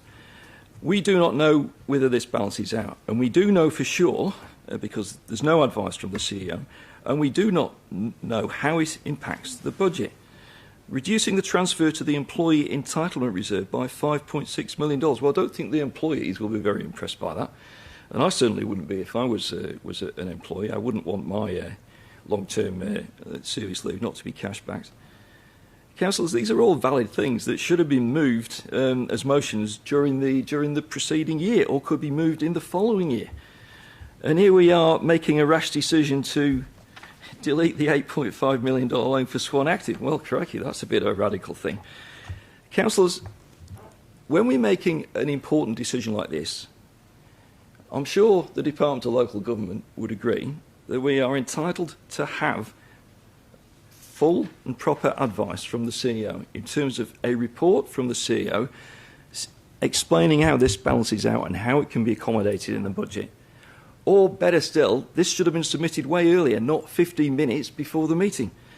Councillors, it says at 5.41 that the CEO's functions are to advise the Council in relation to the functions of a local government under this Act and other written laws, ensure that advice and information is available to the Council so that informed decisions can be made. I have been told this repeatedly in my 6.5 years on Council, and we do not have that information from the CEO. The CEO has not advised us on this, and we therefore cannot make an informed decision. It's profoundly wrong, and I am astounded, Mr Presiding Member, that you've not ruled both of these motions out of order. It's an extremely hazardous thing to do, in my view, and should not be done. So, councillors, I'll urge all of you, if you're interested in proper government, to vote against this. None of these things are urgent. They can be dealt with over the next year, or they should have been done earlier. And I think this is a lesson to councillors. You should never, ever parachute stuff like this in at the last minute if it's not been checked by staff. Absolutely should never be done. So, councillors, it's wrong. It's in breach of our meeting procedures local law, Mr Presiding Member. This is quite an important matter here, and we do not have advice from the CEO. We cannot even proceed with this. And I'll give notice, Mr Mayor, that I think we should vote against this, and I'll foreshadow a deferment motion to get proper advice. Thank you. Well, let's see where it goes, Councillor. For? Against? Right, a reply, Councillor Bowman. Thank you, Mr Mayor, and I look forward to Councillor Johnson voting against the whole budget, because he said he had to be fully informed, and I don't think we're fully informed in the whole budget process. But let's talk about hefty changes, hefty things. $7.6 million is fairly hefty to me, and we didn't get told why. We didn't get told it was going in the budget. That was staff that made that recommendations. Councillors, I'm making these decisions. I've put these forward for my ratepayers are actually asking for. Councillors, there's a 0% difference, and I did say 5 million, not 5.6, that the minute clerk hasn't changed. The main problem I heard was about the loan. Well, instead of paying back the loan, we can put that money into the actual reserve, and we actually get more money. But that's just me. The staff reserve. That's the issue. It doesn't need to be backed. I've proven that the average staff member at the City of Swan has 4.5 weeks owing. If you need a cash-back reserve for annual leave, the only reason to do that is you are going to replace the staff member with an additional staff member when they are on leave. I have 4 weeks owing. Quick, let's employ someone to cover that. Because if you aren't covering them with another person, you don't need that. We have been advised that our long service leave is fully covered for. Great. But do we need this? No. These changes allow us to have less going to the staff entitlement leave, allowing for some of those who perhaps have the 20 plus weeks, and you will need to replace it. But each one of these items, councillors, is reports that have been discussed. It's information that we've had. It's comments that councillors have made around this table, and that's why I've put those changes forward. Councillor, before we put it to the vote, you just told the staff to change it from 5.6 million to 5 million. Because I didn't have the 600,000. I read that out. When I read it out, it was 5 million. Question. So does that mean it's completely wrong? There's no report from the CEO. We can't vote on this, Mr. I've closed debate. All right, I'm going to put it to the vote. All those in favour of the amendment to the amendment? Councillor Prodovnik, Councillor Bowman, Councillor Jones, Councillor Richardson, Councillor Zanino, Councillor Knight. That is 6. Motion's lost. We go back to Councillor Prodovnik's motion. Mr Deputy Mayor, in regard to Councillor Prodovnik's motions A through to D, could I request that we deal with each of those items individually when we vote? No, sorry, my ruling is no. We deal with the whole motion. So we have Councillor Prodovnik's motion. Is there anyone against it currently? Councillor Bowman, Councillor Catalano. Do you wish to talk to it? Yes, please.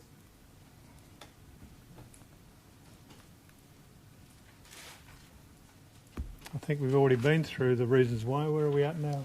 We haven't started debate on this. Okay, so then we go to the debate with you, Councillor Prodovnik. Is that correct? Already done that. So I beg your pardon, you're against, sorry. So then in the debate you're against? Thank you. The creation of a local government budget should be a council-driven exercise. From what I observed and been part of it, my belief is anything but this, and would be best described as a budget developed by the administration with very little input from council. This may have been the way it's done previously, and I could suggest some strong, compelling reasons why, but this is not how local government budgets are developed nowadays, in my views, and this needs to change. I was told I had high expectations from the information I wanted, and what I wanted, the City of Swan, wasn't at that level yet. My expectations are not high. It is merely what other councillors from other local governments get. Perhaps some have forgotten that one of the most important roles of a council, as documented in section 2.7, subsection 2A of the Local Government Act 1995, is oversee the allocation of the local government finances and resources. Councillors, how can you honestly adopt this budget tonight without knowing what is in it? We have not been provided detail that we should be getting, and we are entitled to get. I've heard comments leading up to tonight from some councillors that you can't change anything in the budget, that it's set months ago. To this statement, I say rubbish. But maybe that is what councillors have been told by staff in prior years. Councillors, we were not told about new positions being created until I asked whether the 4.7% increase to employee costs was all attributed to pay rises, or was there some new positions? Where were the business cases for each of these positions? Did you see them? Because I didn't. Why, for example, do we need another FTE health and fitness supervisor or 1.2 relevance gym Point instructors? Of order, relevance. There's nothing about gym instructors or FTEs up there. I think, yes, please. Through you, Mr Mayor, Deputy Mayor, happy to answer why there's additional gym instructors is because Council decided to build a new gym at Ballajura. and it needs staff to be put in there, Councillor Bowman. Thank you, Mr CEO, for providing some debate there. When Midland is... Provided comment, Councillor. Okay, so Midland is still a construction zone. Altone gym numbers are about half of capacity and probably currently less with the 3 months refit. Why is there another need for another IT person when we've agreed to not continue with the integration project? Surely reallocations of positions, if not a reduction in this position, would be reasonable to expect. But councillors, we did not get this information. 12.2 additional FTEs are in this budget, in case you didn't know, and I suggest most don't.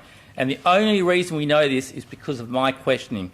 This is at least, on a conservative figure, $750,000 additional operating costs each and every year that we are committing to this budget. Not one of you around this table knew that. What about the gravel pit reserve? Whoops, council. Sorry, been forgetting to put money away for the last 4 years. Point of order, Mr. President. I still don't understand what this has got to do with the alternative motion. Isn't that what we're debating, the alternative motion? Good day. Let the councillor continue. Thank you, Councillor Johnson. Maybe we'll come to an end. Well, we're actually debating adoption of the whole budget, but that's... Councillor, continue, please. What about the gravel pit reserves? Last 4 years, we haven't put it away. We'll blame it on the counting system. Now we need to put the last 4 years plus this year, an extra $1 million. Councillors, what other little amounts of 100,000 plus are in this budget that we know nothing about? But perhaps the question is more, why don't we know about this? I have raised some time ago with the CEO and the Executive Manager of Corporate my concerns with how the budget was being formulated. I was advised that my expectations were too high. Now, seeing the process to the final stage, this view has only been cemented, and I cannot support this budget because I do not know what is in it and have not been provided all the information, and I expect no one has around this chamber. Well, I would beg to differ. Thank you, Councillor. Anyway, for the motion? Against the motion, Councillor Catalano? I'll just add that I do agree. There's an awful lot in this budget that I don't know about, but I'm particularly concerned when I find that there's $1 million for refurbishment of a facility in my own ward that I haven't actually been briefed on. And you know, I want to say why this irks me, and it's because actually people in Lockridge said to me, why is the council spending so much money on refurbishing Alice Davern facility? And I didn't have an answer.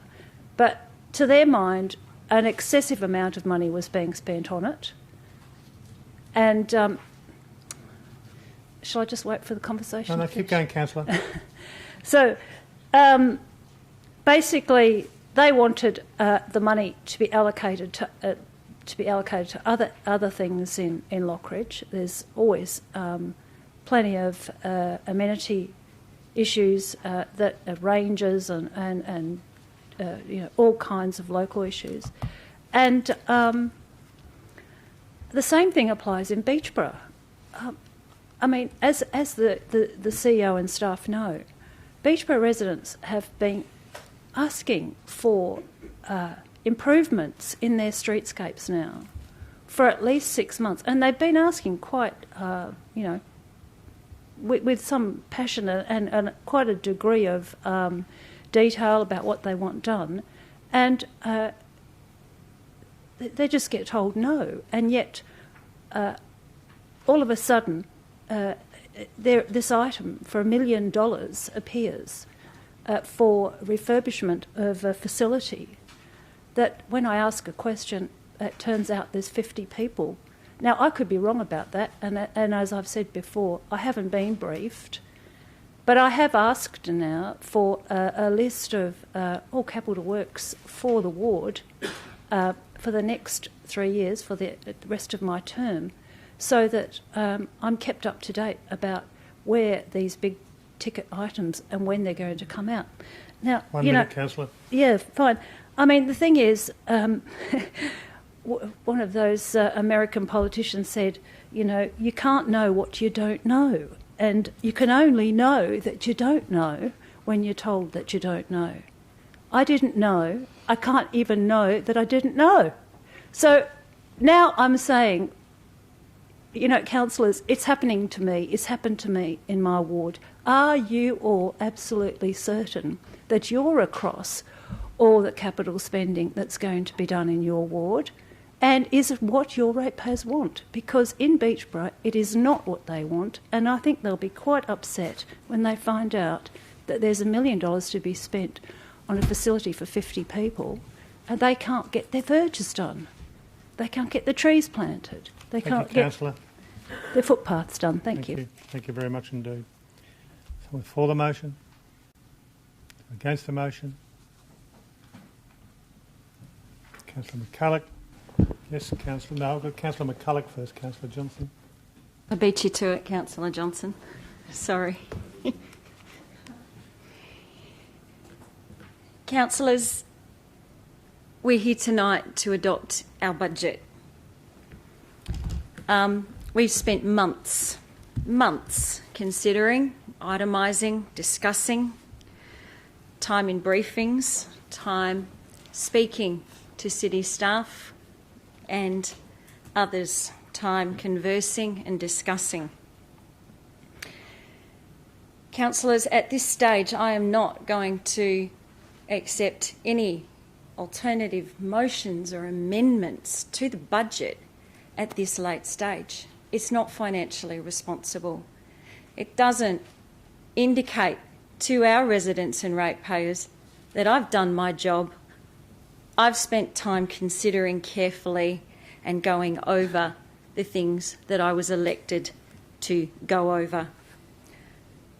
Councillors, I'm not going to throw our budget under the bus this evening, or I'm not going to throw it out with the bathwater. We've got a budget in front of us, hundreds of hours taken, time and consideration, and questions that could have been raised earlier, that could have been discussed amongst councillors earlier, and rightly in their entirety and individually, there's merit to aspects of this. But no, not now, not tonight.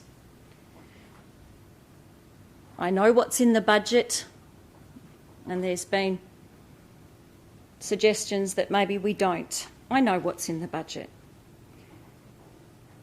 Councillors, we're delivering our third 0% rate increase in 3 years. And that's been considered and it's been discussed. And it's based around so many different factors. And for some of the people possibly listening and their point of view as well, I'll go back over some of those key points about the budget that we are adopting this evening, the budget that we've considered, that we've spent weeks on, that we have discussed, debated, conversed and pulled apart. And we know our budget outlines the infrastructure, the services to be delivered and the sources of their funding, and that's important, and this has taken into account all of that.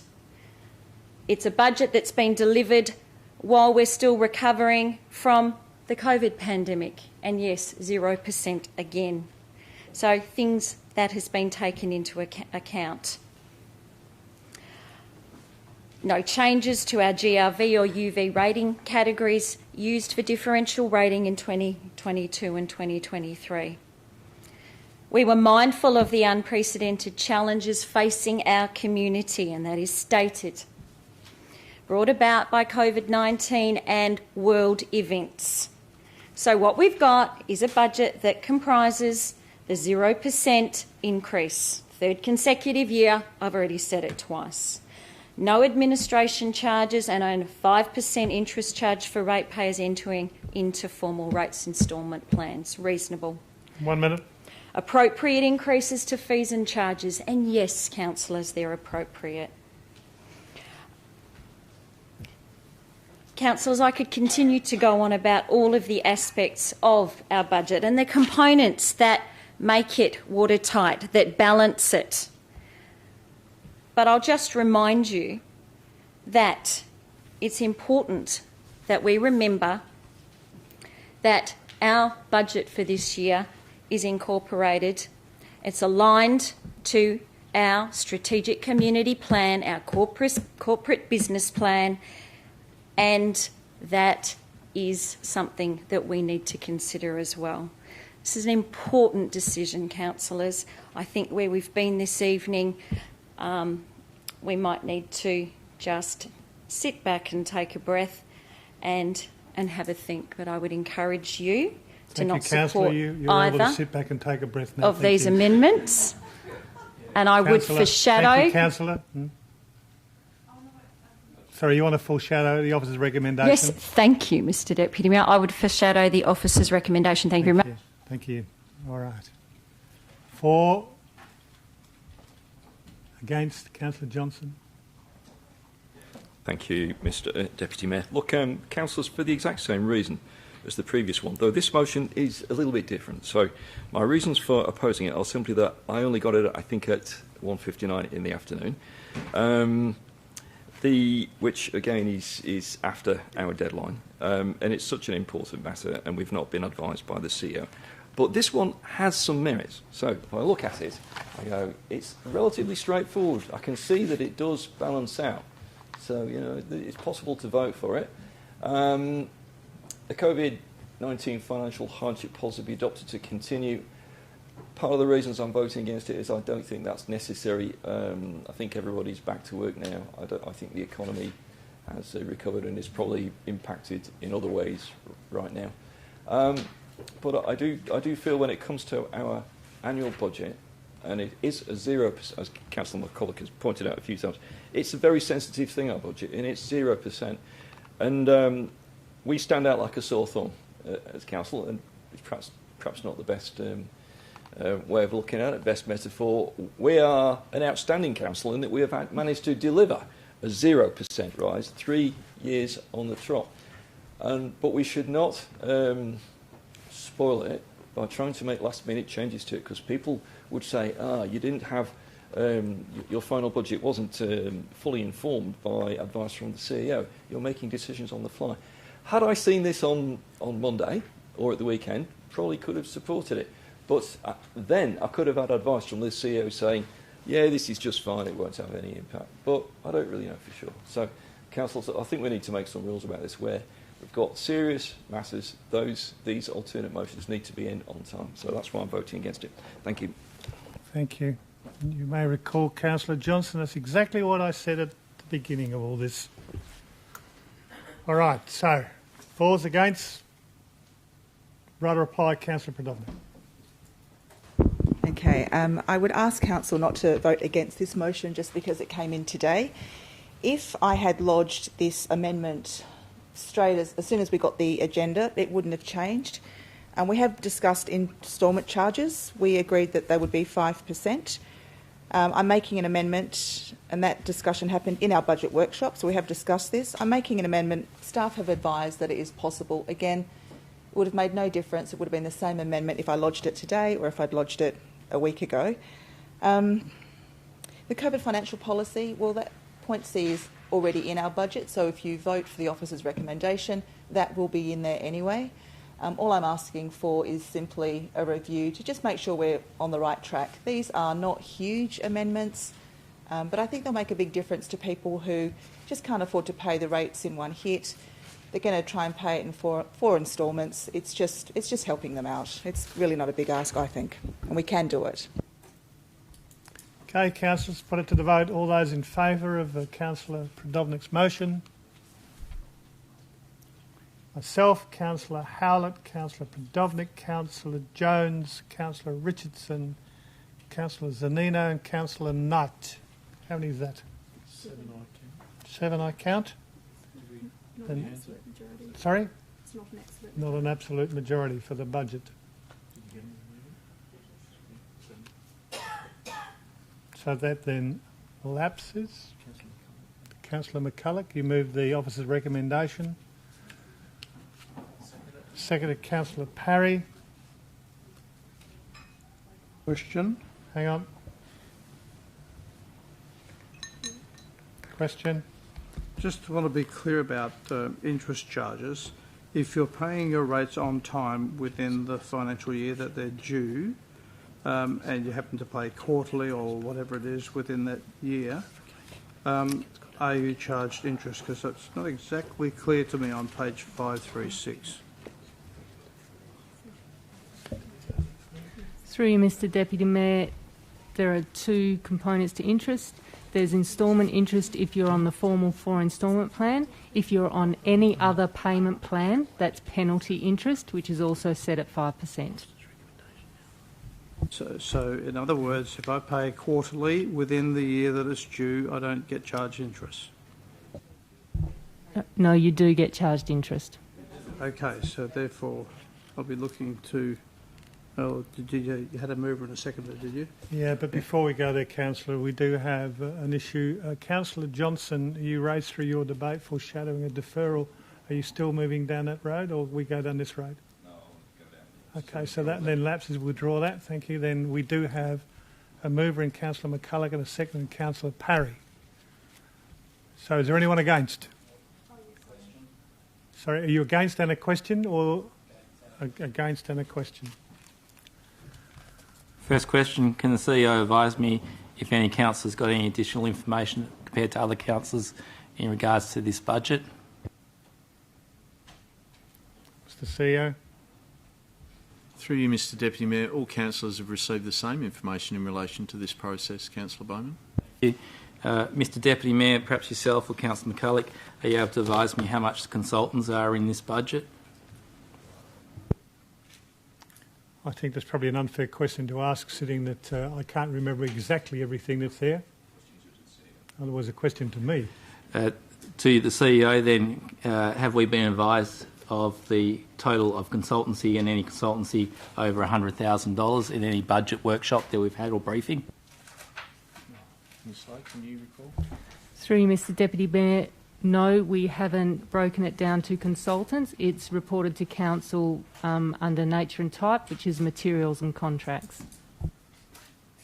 So, through you, Mr Deputy Mayor, would it be correct if there was a item of $100,000 or $200,000 for a consultant for a particular project, councillors would not have received that information because it's grouped in Nature and Type? Mr CEO. That's correct. Correct? That's correct, Mr Deputy Mayor. Okay.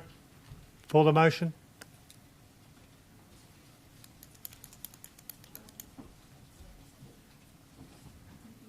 Now we're going to debate it. It's been a long night. Sorry, guys. Councillor McCulloch as the Councillor McCulloch as the. Yes. Yes. Well, we already have got people against it, so. I think you don't wish to debate it. Councillor Bowman, do you wish to debate it? Councillor Bowman, do you wish to debate it? Okay, all right then. If that is the case, there's no one against it in terms of the debate. I'll put it to the vote. Put it to the vote? Yes, I said put it to the vote. All those in favour? Yay.